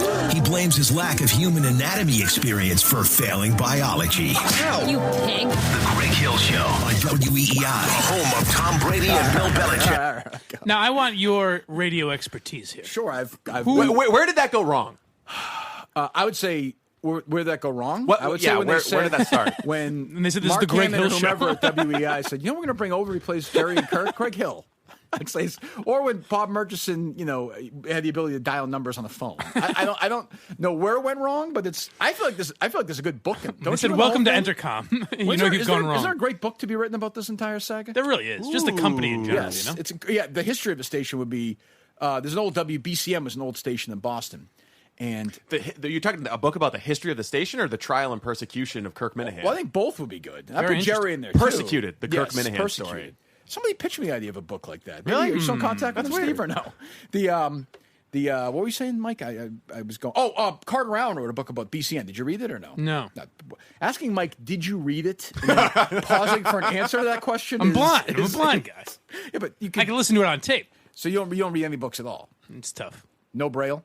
No. You're not going Braille? I don't know. I don't know Braille. You could learn it. I could learn it, yeah. You could learn it. Why don't you learn Braille? I think it'd be really hard. That'd be a great radio segment, wouldn't it? Mike learns Braille. Bing, ladies and and gentlemen. Fun facts about Mike. He doesn't know Braille. That's what I wanted to ask you, though. The question is, go ahead. So that bit, yeah. Who comes up with it and says we should do it, and who actually writes it? So there's no way that came from Chris. No, there's just had to be Greg, right? Yeah, I think that's their world, right? I think that's the kind of stuff they did. They used to do, yeah. So I think they got together and wrote it. Maybe Ken contributed to it. Seems like more of a Danielle thing. Because she would have do production stuff. I think she would be like the historian of all the weird facts about him, right? Yeah, right. Ken and Chris don't know that. So maybe she gave him something and they wrote the right. The they script have the for voice it. guy who does all the voice stuff jumps in. It just sounds so. Play one more. I mean, like who? The only thing I always ask about promotion. I know it's silly. Is will it get people to be intrigued by the show? I know that's an odd request. Don't worry about that. But you heard that segment right there. You heard the Sam Kennedy, the lifeless thing, the lead, dead air, and then this. First of all, stop. You just hear the buzzing come on. My favorite sound of bad radio is that like. Like I don't know. Can we make that like for the future? Like just I want like a longer. Just want that playing like throughout hour. the entire. Yeah, like I like that sound. It's like it's.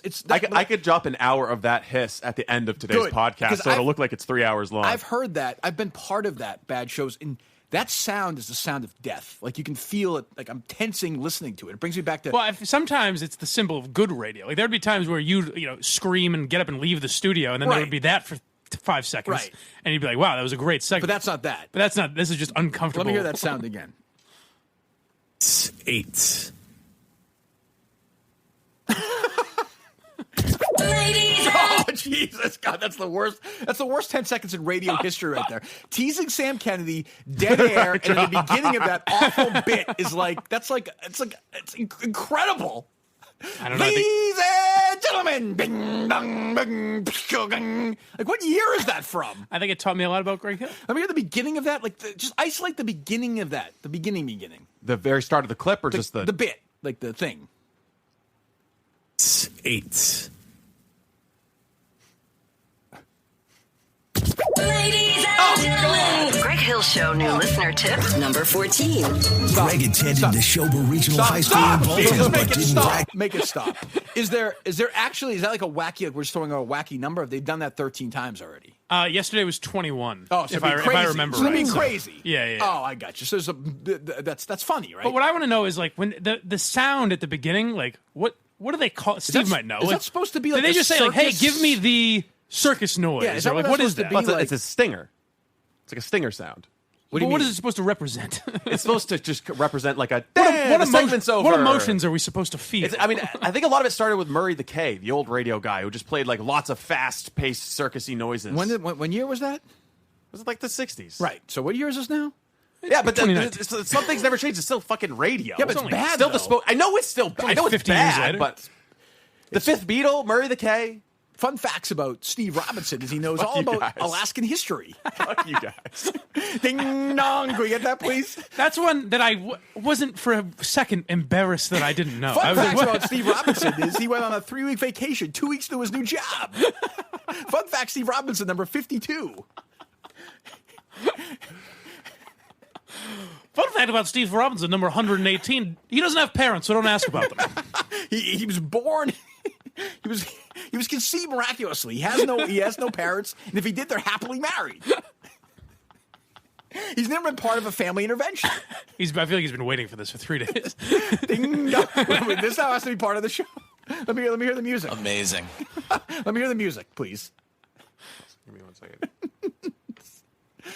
Take your time. Yeah, there's no rush. And in Kennedy in the studio with us at 8.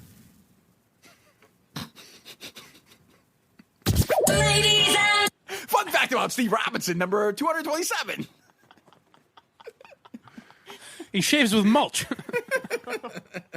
Yeah, you can't make fun of the beard. This is the Mike. This is the blind Mike solidarity. I do appreciate beard. it. I take that back. I take that one back. Well, what is that going to do exactly?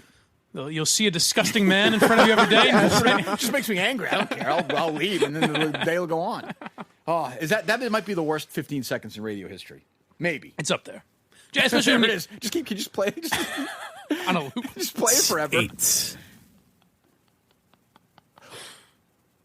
It I feel like it's getting longer. I actually thought you played that on a loop right now. No, it's getting longer. What are Ken and honestly, Ken and Chris are like, what? Huh? What? I know them. They're like fucking like, I can't believe we're doing the show. Like, oh fuck, we have to. Now Ken's like, oh my god, I hit this button for this fucking bit. Like, Curtis is opening unscrewing a bottle of Jameson. Oh god. So if Curtis does fall off the wagon, God forbid, yeah, does he get to sue Greg Hill? Or was he sue Entercom? Yeah. I think he'd sue Entercom. He can join my lawsuit. We could get a class action lawsuit. Yeah. That's true. I think all the three of you, right? Well, that's true. Get Jerry involved too. Yeah, that might work. Mentally ill. Yeah, toxic age work discrimination. Toxic work environment. I mean, the money that you've lost in this whole thing, Mike, it's incredible, unbelievable. You probably can't even afford socks right now, right? It's tough. It's tough. I'll tell you. It's funny though. We have a place that can actually help you out with that. Oh my goodness! There you go. BOMBAS Bombas. Again, I'm wearing my Bombas socks again today. How often do you think about your socks? If you're like, I used to be, not much. Well, that's not true. First of all, that intro is incorrect copy. I think about socks all the time because I'm a runner and I hate feet. So I always think about the perfect socks and I'm in a constant search for the perfect socks. And at long last, in July of 2019, I have found them. Thank you, Bob Murchison. Thank you, Shirley, because if you didn't get me off EEI and then do Barstool, I never would have met the people at Bombas Socks. So in a way, you've done me a favor. You've made my feet happier. You've made me happier. The best socks I've ever worn in my life. Super soft, natural cotton. Wear them right now. Go to bombas.com/Kirk for 20% off. Bombas.com/Kirk. Bombas.com/Kirk. What else? Anything else, boys? I could use those. My old socks have holes in them now.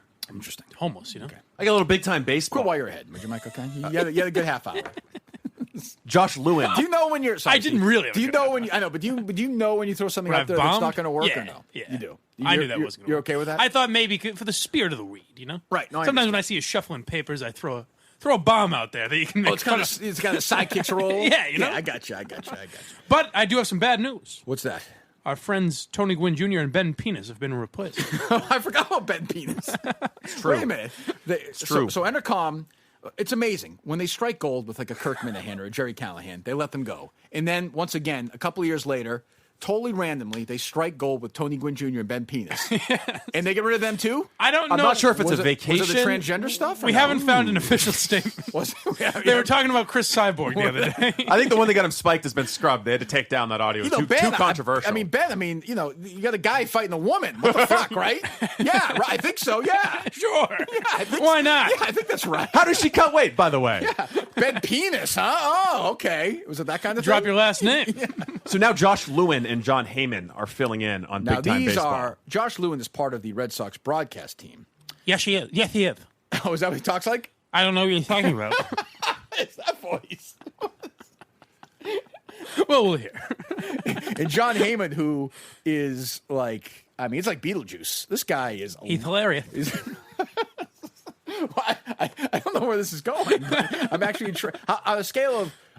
on the Big Time Network scale of 1 to 10, how bad is this? 6 or 7. I was looking at Steve, you idiot. This is pretty bad, and we're gonna do it like a little bit like a game because Josh Lewin. Oh, okay, I like this. He likes to wind up, big wind up for all of his questions. Okay, before the delivery comes. So what we're gonna do is I'm gonna play the wind up, and then I'm gonna let you guys speculate and guess as to what the question is going to be. Oh. And then we'll play the question. How long is the question in total? I think we're about to find out. Okay. So, John, I start with a weird question for you. Have you ever seen... What's so funny? Did I... Stop. I hope I didn't spoil anything. Don't be a dick. Don't be a dick. What do you mean? That's not nice. I'm not laughing at that. Oh, this fucking company is unbelievable. This guy calls Red Sox games? Suffering succotash. Don't be a dick. All right, let me hear it.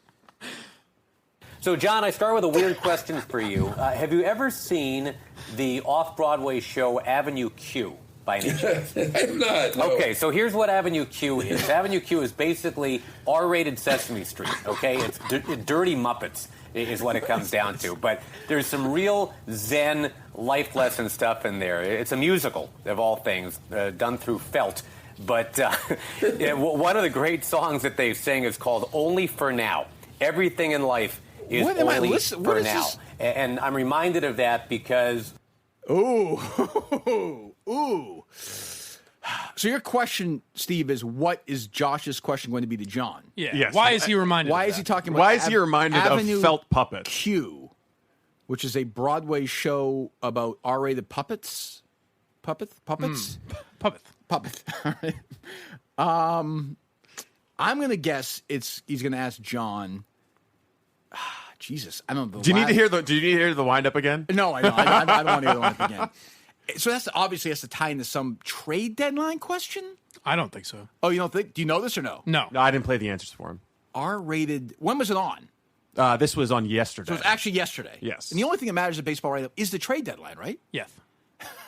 I think he's going to say to John, like, have you ever... No, I say you're on the road a lot. Have you ever masturbated to puppets on, like, Tube Galore? Because I think that's one of the categories, I think. I'm going to guess that. Mike? I think he's going to say, it reminds me of my grandmother who was riddled with ALS and would spend time putting on puppet shows for me when I was a boy. Like, I don't know where... What's interesting is the mind of, like, the baseball play-by-play boring guy. Like, he thinks he's being wacky here. He's being silly. Yeah, he is. That's a real asshole thing. That's a real asshole thing to do. What do you mean? Sitting here at the trade deadline, yes! Noah Syndergaard, for example, is changing his Twitter explanations here. You know, like right off the top in your bio, it says Noah Syndergaard, New York Met, at least for now.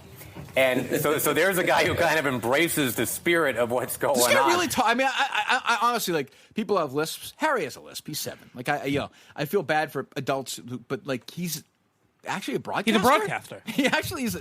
That's bizarre. And if you want me to be, I'm just adding things to the list that the sensitivity counselor is going to have to cover. I don't understand what you're talking about. I don't really, but I don't get, like, the Red Sox had a guy for a while, Tim Neverett, who would always, he would literally, his S's would be like this. He'd be like, oh, the 2-1 pitch is foul back. Like, he would talk like that. Dave O'Brien does that a little too. Whistles his S's. He whistles at the end, you mean? Yeah. Like, yes, he does a lot. But this guy's a real lisp.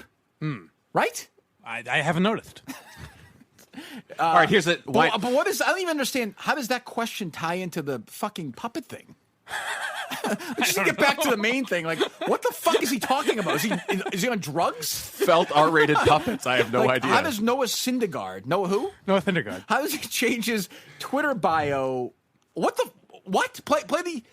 You know what? You don't have to play the whole fucking thing again. I'm in. So, John, I start with a weird question for you. Have you ever seen? First of all, like, anytime a typical boring play-by-play guy says I'm going to start with a weird question, the question's not going to be weird unless it's this. It was. Unless he delivered. It actually, because he's like, it's usually like, I'm going to start with this kind of weird question. For you'd be afraid to answer. You think maybe activity at the trade deadline? Like, it's usually the least crazy thing ever. But I'll give my guy Josh Lewin some credit. He fucking asked a crazy question. Here's a weird question. Reminiscent of Sesame Street.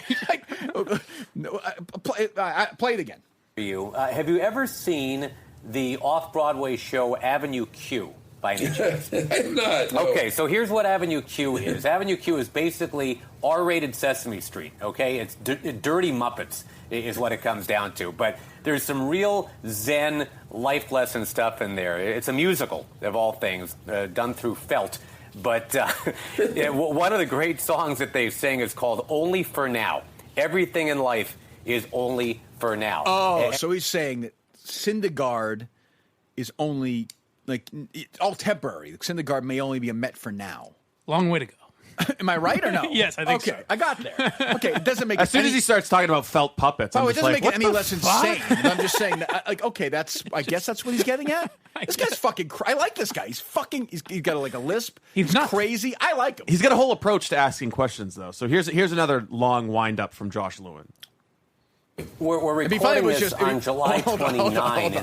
Hold on. It'd be funny if it was just endless, like, John, have you seen the off-Broadway play? And it just leaves all these random ones. Whoa. Big time Broadway. That would not be bad. Josh Lewin, Big Time Broadway. I'd listen to that. Josh Lewin. But they're not. That's not. Have you seen Cats? They're not sports. Poor Josh. That's not nice. I can make these. I'm disabled. People make fun of my disability. I don't find it funny at all. The play-by-play guy has a lisp. It's not funny. There's nothing. And you would never make fun of a blind co-host. So there's nothing funny about disability. Nothing at all. Go ahead. What's the next question? We're recording this on July 29. But it's like see that this right there was more of a lisp than the first this. Fifth. We're recording this, he said, on July 29th. Then the second S was a lisp. They should do like a remake of the King's Speech with Josh Lewin and like John Sterling or something. And he's trying to say that me three. What you're trying to do is, but the other guy's worse in a way. Like at least I like Josh Lewin. You know what? I like him. He's at least a little outside the box. I'm a Lewin guy. He's a little wacky. We're recording this on July 29, and this is the anniversary of Wilmer Flores crying because he thought he and Zach Wheeler were both packaged up to Milwaukee. We all did, and that's when we kind of tapped the brakes on Twitter a little bit. I mean, everybody just figured this deal was done because it was on Twitter, and Wilmer cried that night because he thought he was traded, and then he wasn't. So in this landscape now, where rumors are just honestly, here, there, and everywhere, is there like peyote being taken, or like you're distracting me? I can't hear the question. Like, what is he? Is he talking about that? Is that happened? Right? Remember the Mets guy thought he got traded? Yeah, cried. Was that last year? Evidently. 5 We years? all remember. I feel like I was on the air though. I don't even remember. I guess I was on the air a year ago. I don't remember. Like, I don't. This is what people talk about. I guess the answer is no, right? Yeah, no, not people. Go ahead. If you're a Noah Syndergaard, or if you're just a regular fan, I mean, how do you gauge? How do you protect yourself from what's actually happening and what's really not happening? What is he talking about? Nobody's getting raped, Josh. Oh, we didn't get to guess. How do people protect themselves from potential false trade rumors? Life goes on, Josh. You read them and you kind of think, you know what, that's probably bullshit, and then it doesn't happen or it happens. And if it happens, the guy plays somewhere else. It's just laundry. It's only laundry. Like what? What are the socks dancing around in there? What is he? Is that a real question he's asking, John Heyman? No, that was Josh Lewin. How does John? I know, but he's asking Heyman that. But how does Heyman answer? You think? Yeah, well, there's no way to answer that question. You just kind of stammer around. Syndergaard's going to have to be tough about this. He must stammer around, right? How do you answer that? Yeah, I'm not sure. Every player handles it differently. I don't know whether Trevor Bauer's long toss was related to the fact that he's under stress as a. All right, I can't even answer. I mean, Jesus Christ. Oh, did you see that? Yeah. Tito was pissed. Oh, what are they going to do with this guy? They're going to trade him? Jesus. So that's big time baseball. You can find that right at radio.com. I'm happy to advertise that. Go listen. He's also, in addition to asking questions, Josh Lewin is pretty good at transitioning from segment to segment. What do you mean he's pretty good at transitioning? Luck favors the bold. I've heard that before. Bob, keep tweeting. Keep the cell phone batteries charged. We'll be following you. Thanks as always, my friend. We'll talk soon. Ned Coletti, former Dodgers GM, turned Emmy Award-winning analyst. Give me that noise again. You don't have a second to prepare. I like that noise. That noise suggests to me things are moving rapidly. Like things are going. Thanks as always, my friend. Look out! Hold on, we're going through time. Ned Coletti, former hold on. Where am I? Am I in the future? Am I Marty McFly? Where am I? My friend, we'll talk soon. Ned Coletti, former. Where am I now? What the stop? Ned Coletti, former Dodgers. My friend, we'll talk soon. I feel like news is about to be broken. I love radio. I'm ready for news. I know, we're fucking with people so hard today. What is that? What is that sound? I would like to know how they make them. Is it just some guy in a microphone going whoosh? Can you play that sound and the beginning of the Hillman bit sound, like back to back? The circus into the Back to the Future? Not right now. Yeah, I can cut it up for tomorrow. I can give you some circus noise. That sound suggests that things are like we are traveling through hit time, right? Yeah, I will give you some time travel music ripped from the shows you mock. Good. Excellent. My friend, we'll talk soon. Ned Coletti, former Dodgers GM, turned Emmy Award-winning analyst for Sportsnet LA. And as much as I want to talk to Ned and lead him with Will Smith, I got to start with Will Rogers, who's the one who said rumor travels faster, but it don't stay put as long as the truth. What the fuck? I love this guy. He's my guy. You're out, Mike. Sorry. It's all right. I mean, I love this guy. He wants to talk about Will Smith because Ned Coletti's entertainment, right? Yeah, okay. I'm willing to concede that Josh Lewin is better. But he wants to talk about Will Rogers. You know who Will Rogers is? Will Rogers? Yes. I can't do that one. I'm saying you, Mike, you know who Will Rogers is. I don't. Okay. Right, obviously. But who I don't know who anyone is. Who would? Like, what is he doing? What is this podcast? It's bizarre. But it's almost like they're recording something. It doesn't sound like the big-time baseball that we know and love, you know? No, Josh's they're going a little wackier now. Yeah. I know my friend Rob Bradford's been on there a bunch of times. I asked Steve about that. I was like, did any of the Rob Bradford? I was going for the more recent you wanted stuff. Barry Bradford? I didn't dig back to Bradford. I thought he would do a good job on it. He's been nice to you, hasn't he? Very nice. Then leave him alone. Very nice. Be a dick your whole life. All right. Anything else today before we get... Tomorrow's big, 8 o'clock. I'm a huge debate day. Tomorrow. You're excited about the debate. Yes. Who's on tonight? Who's in the lineup tonight? Well, Biden, the winner. Biden, the ultimate Harris. winner. Yes. Kamala's tonight, though, as well. Yes. Who else? Am I missing anybody major? Anyone big that I'm not knowing that I can Mayor de Blasio. How could you forget? That's true. De Blasio will be there. Yes. He's a towering same figure in the CNN field. Group, right? Interviewing them, Lemon and all the rest of the crew. Yes. Good. Excellent. That'll be tonight, but also tomorrow at 8 o'clock. My man Greg Hill is doing. We're going to go live to the Sam Kennedy interview. Correct? Yes. We're going to live commentary, Very which I think exciting. will be good. You excited about that? Oh yeah. And we'll have we'll have new Steve facts as well. And Blind Michael, you're going to be some things in the history that you're trivia embarrassed questions? about. Yeah, I think it's time for you to come forward and say I don't know that as well. Correct? Yeah, sure. And we're going to have some progress on this sensitivity. Yes. Which I think is going to be needed more than ever today. And we're also going to have an intern coming in Friday. Potential intern candidate. Okay. He doesn't like that. What time Just Friday? don't mention it. He's going to be in here 6:30. He's going to greet you in the parking lot. 6:30 p.m.? No, a.m. Why? He just wants to get to know you. No, what time's he getting? No, I mean, the way he won my heart was he's like, I think Kirk and I could be good friends. Okay. And I was like, yeah, show up, buddy. Let's do this. See, I'm going to do the old thing where I'm like, Hillman, like I'm the host who's grumpy, you know, like Yeah. God, keep him away from me. Like, don't do that, you know. Yeah, there's nothing genuine about And when you Dan- sprint Go out get of me here. some coffee, kid. And Danielle will be like, oh, don't even, you know. I heard at the beginning of the show today, and they were talking about, Greg went to the Red Sox game last night. He goes to a lot of the Red Sox games now because he's a Red Sox fan. You know, that's what people like. And he was talking about, they were talking about money or something, and Danielle was like, he doesn't even know where his wallet is. Oh. They did that whole thing. Like, They're quoting us. they're from- going, yeah, like, what are they doing now? I know we're running out of time, but can I play Greg Hill's lead from this morning? Of course you can.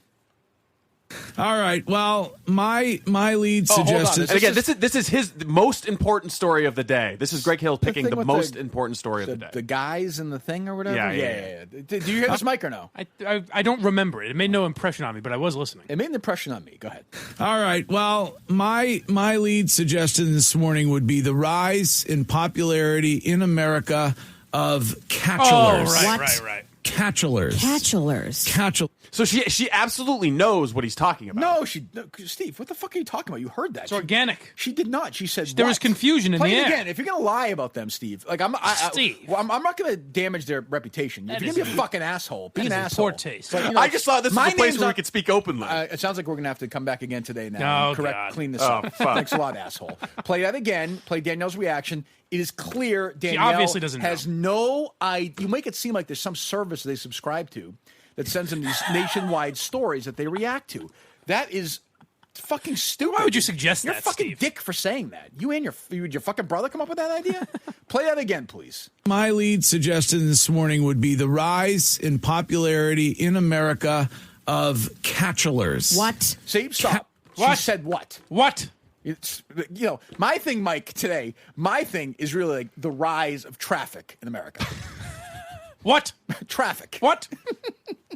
My thing is all these kids are on their cell phones. That is how I answer when I don't know what's. I go, what? Danielle, how do you feel about traffic, What? by the way? What? Obviously. What are you saying? No, is it obvious or what? Now you're getting confused. You don't even know which way to go now. My thing now is I am seeing, I don't know what your reaction will be, Mike, because we haven't talked about this at all, is the idea now, I don't know if you've seen this or not, but a lot of these pizza chains now, you're not going to believe this, are putting Cheetos on their pizza now. Obviously. Wait a minute. Everything is just blending together. Bendenson's going to be in there pretty taking soon. over my mind. I love that though. What? Greg, get the fuck out of here. She does almost sound angry though. Like, oh, I got to do this again. Like The rise in popularity in America of catchers. What? Catchers. What? Should we repeat? Did we get the Danielle? Catchers. Oh, we get adult men who are choosing to have a cat instead of a girlfriend. What? That's dead air, right? You never fucking know. You can hear Curtis like drinking. Like you can hear like settling in his stomach, Cutting his wrist. trying to shave. He's like, I'll get a quick shave in today.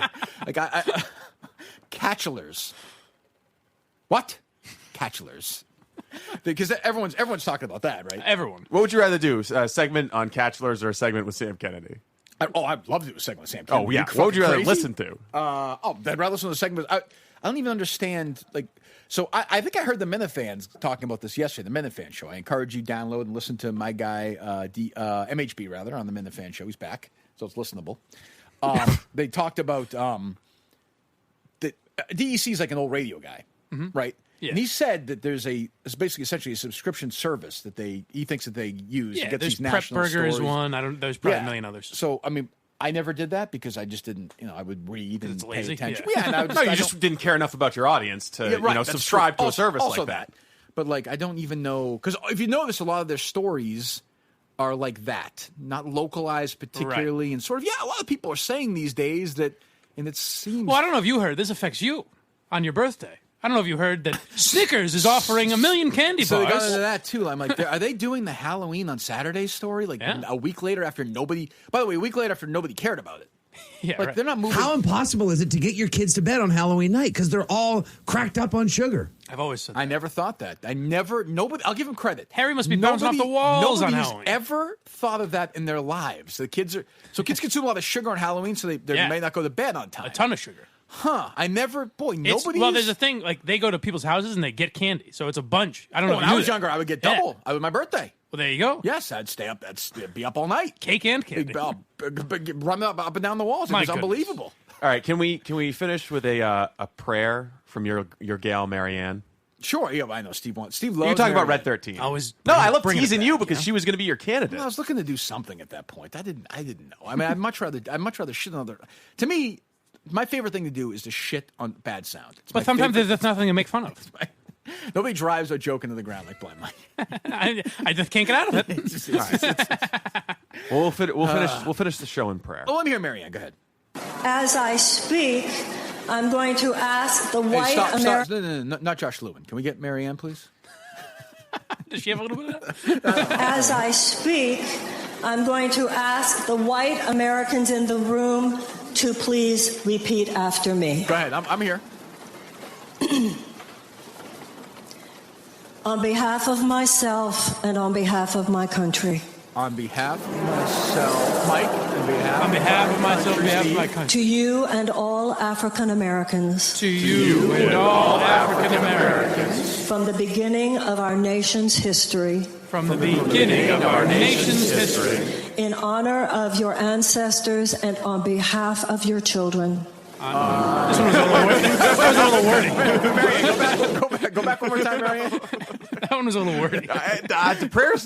Does God hear the prayer if you interrupt it in the middle and laugh? Well, I want to get every word correct.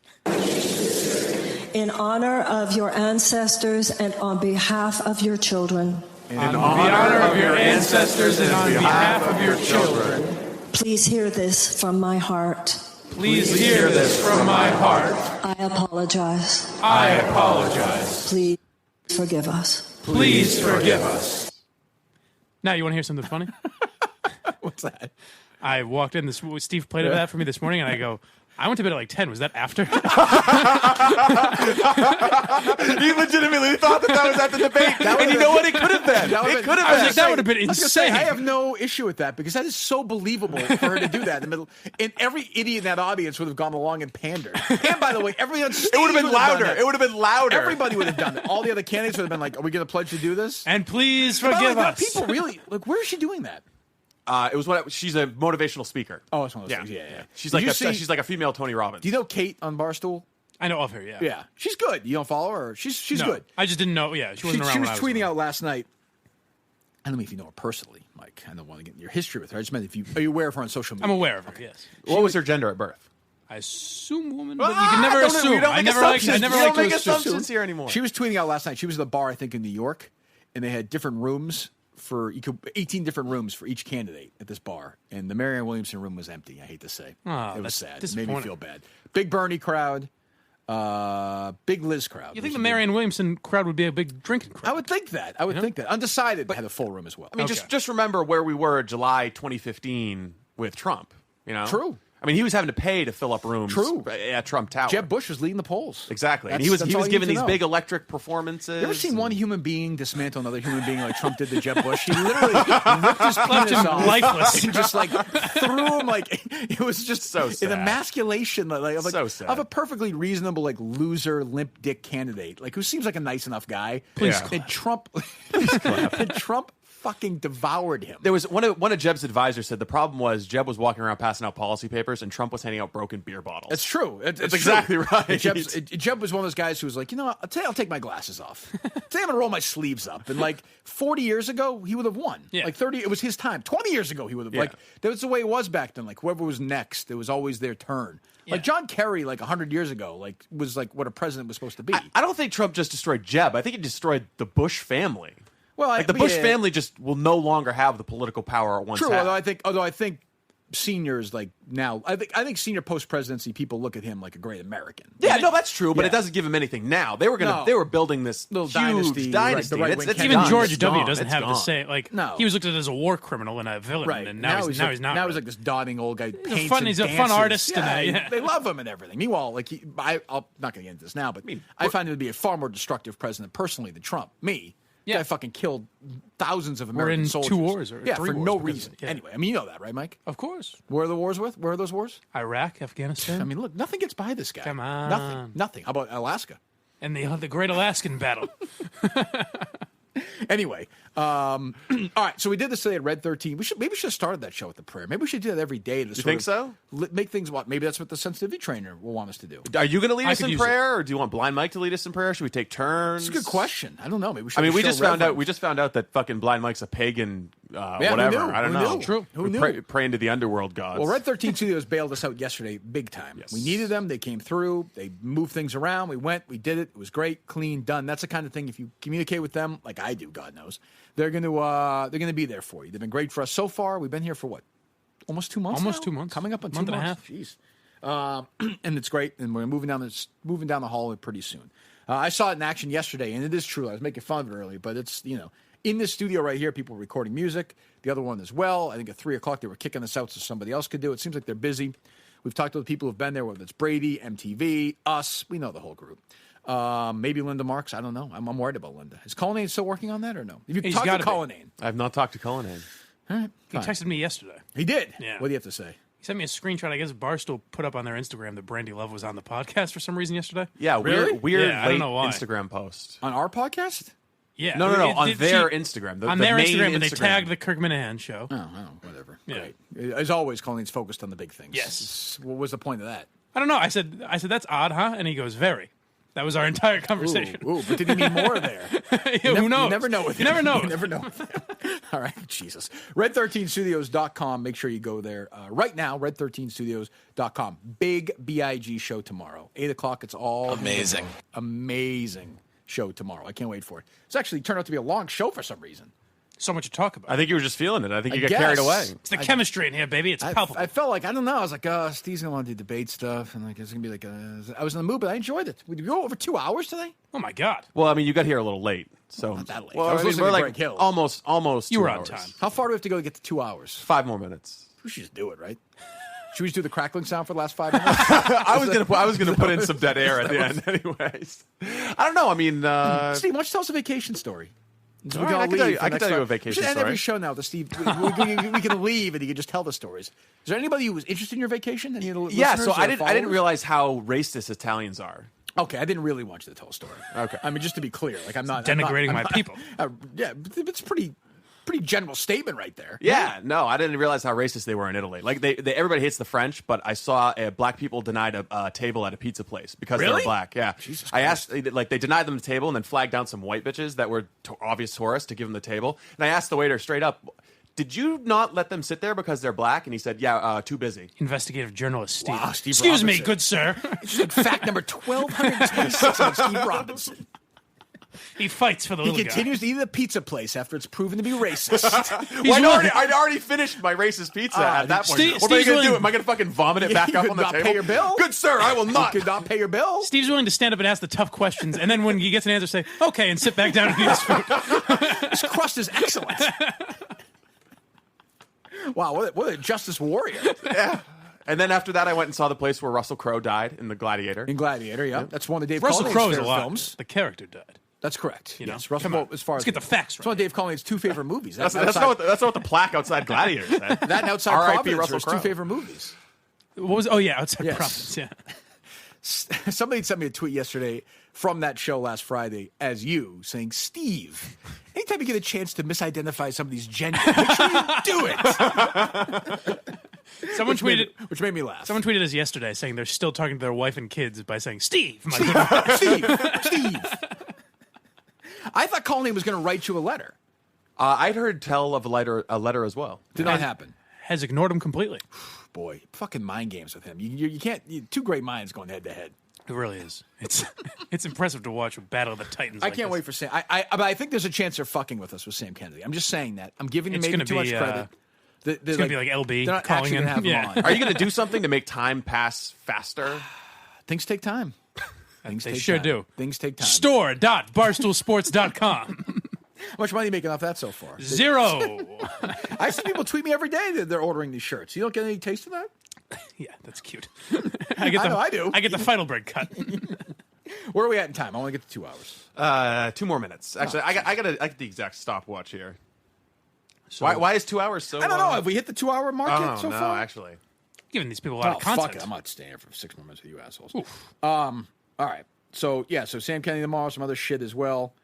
Now, by the way, I want to listen to the react to some of the Minihane stuff because it sounds like they shit on Blind Mike. I want to hear that as well. We'll make sure I listen. We'll do that.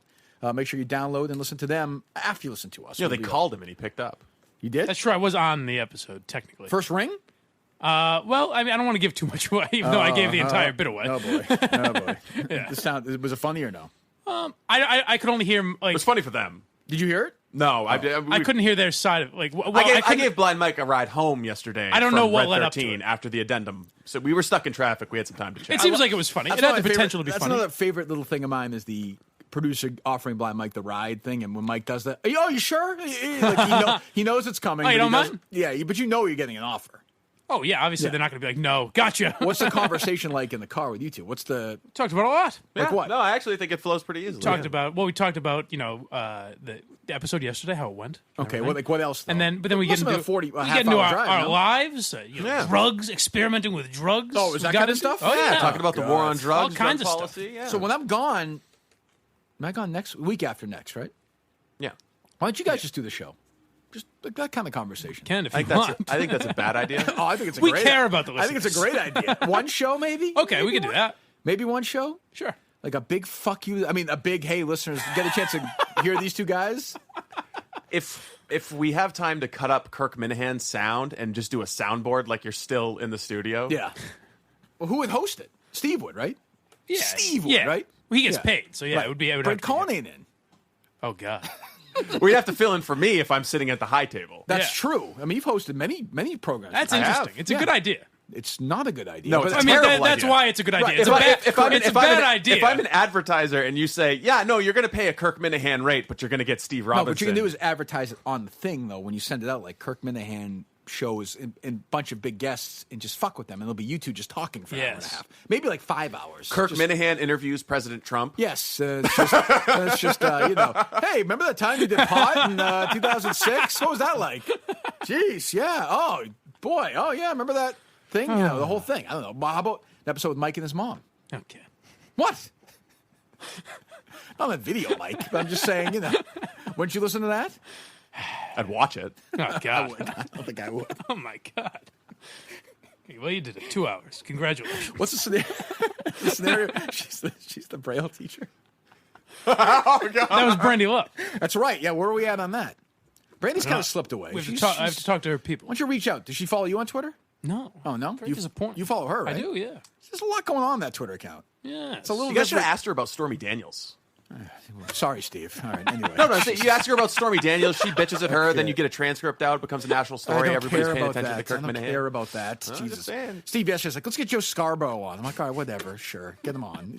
Or make news. What the fuck is he going to say? What am I going to say to him?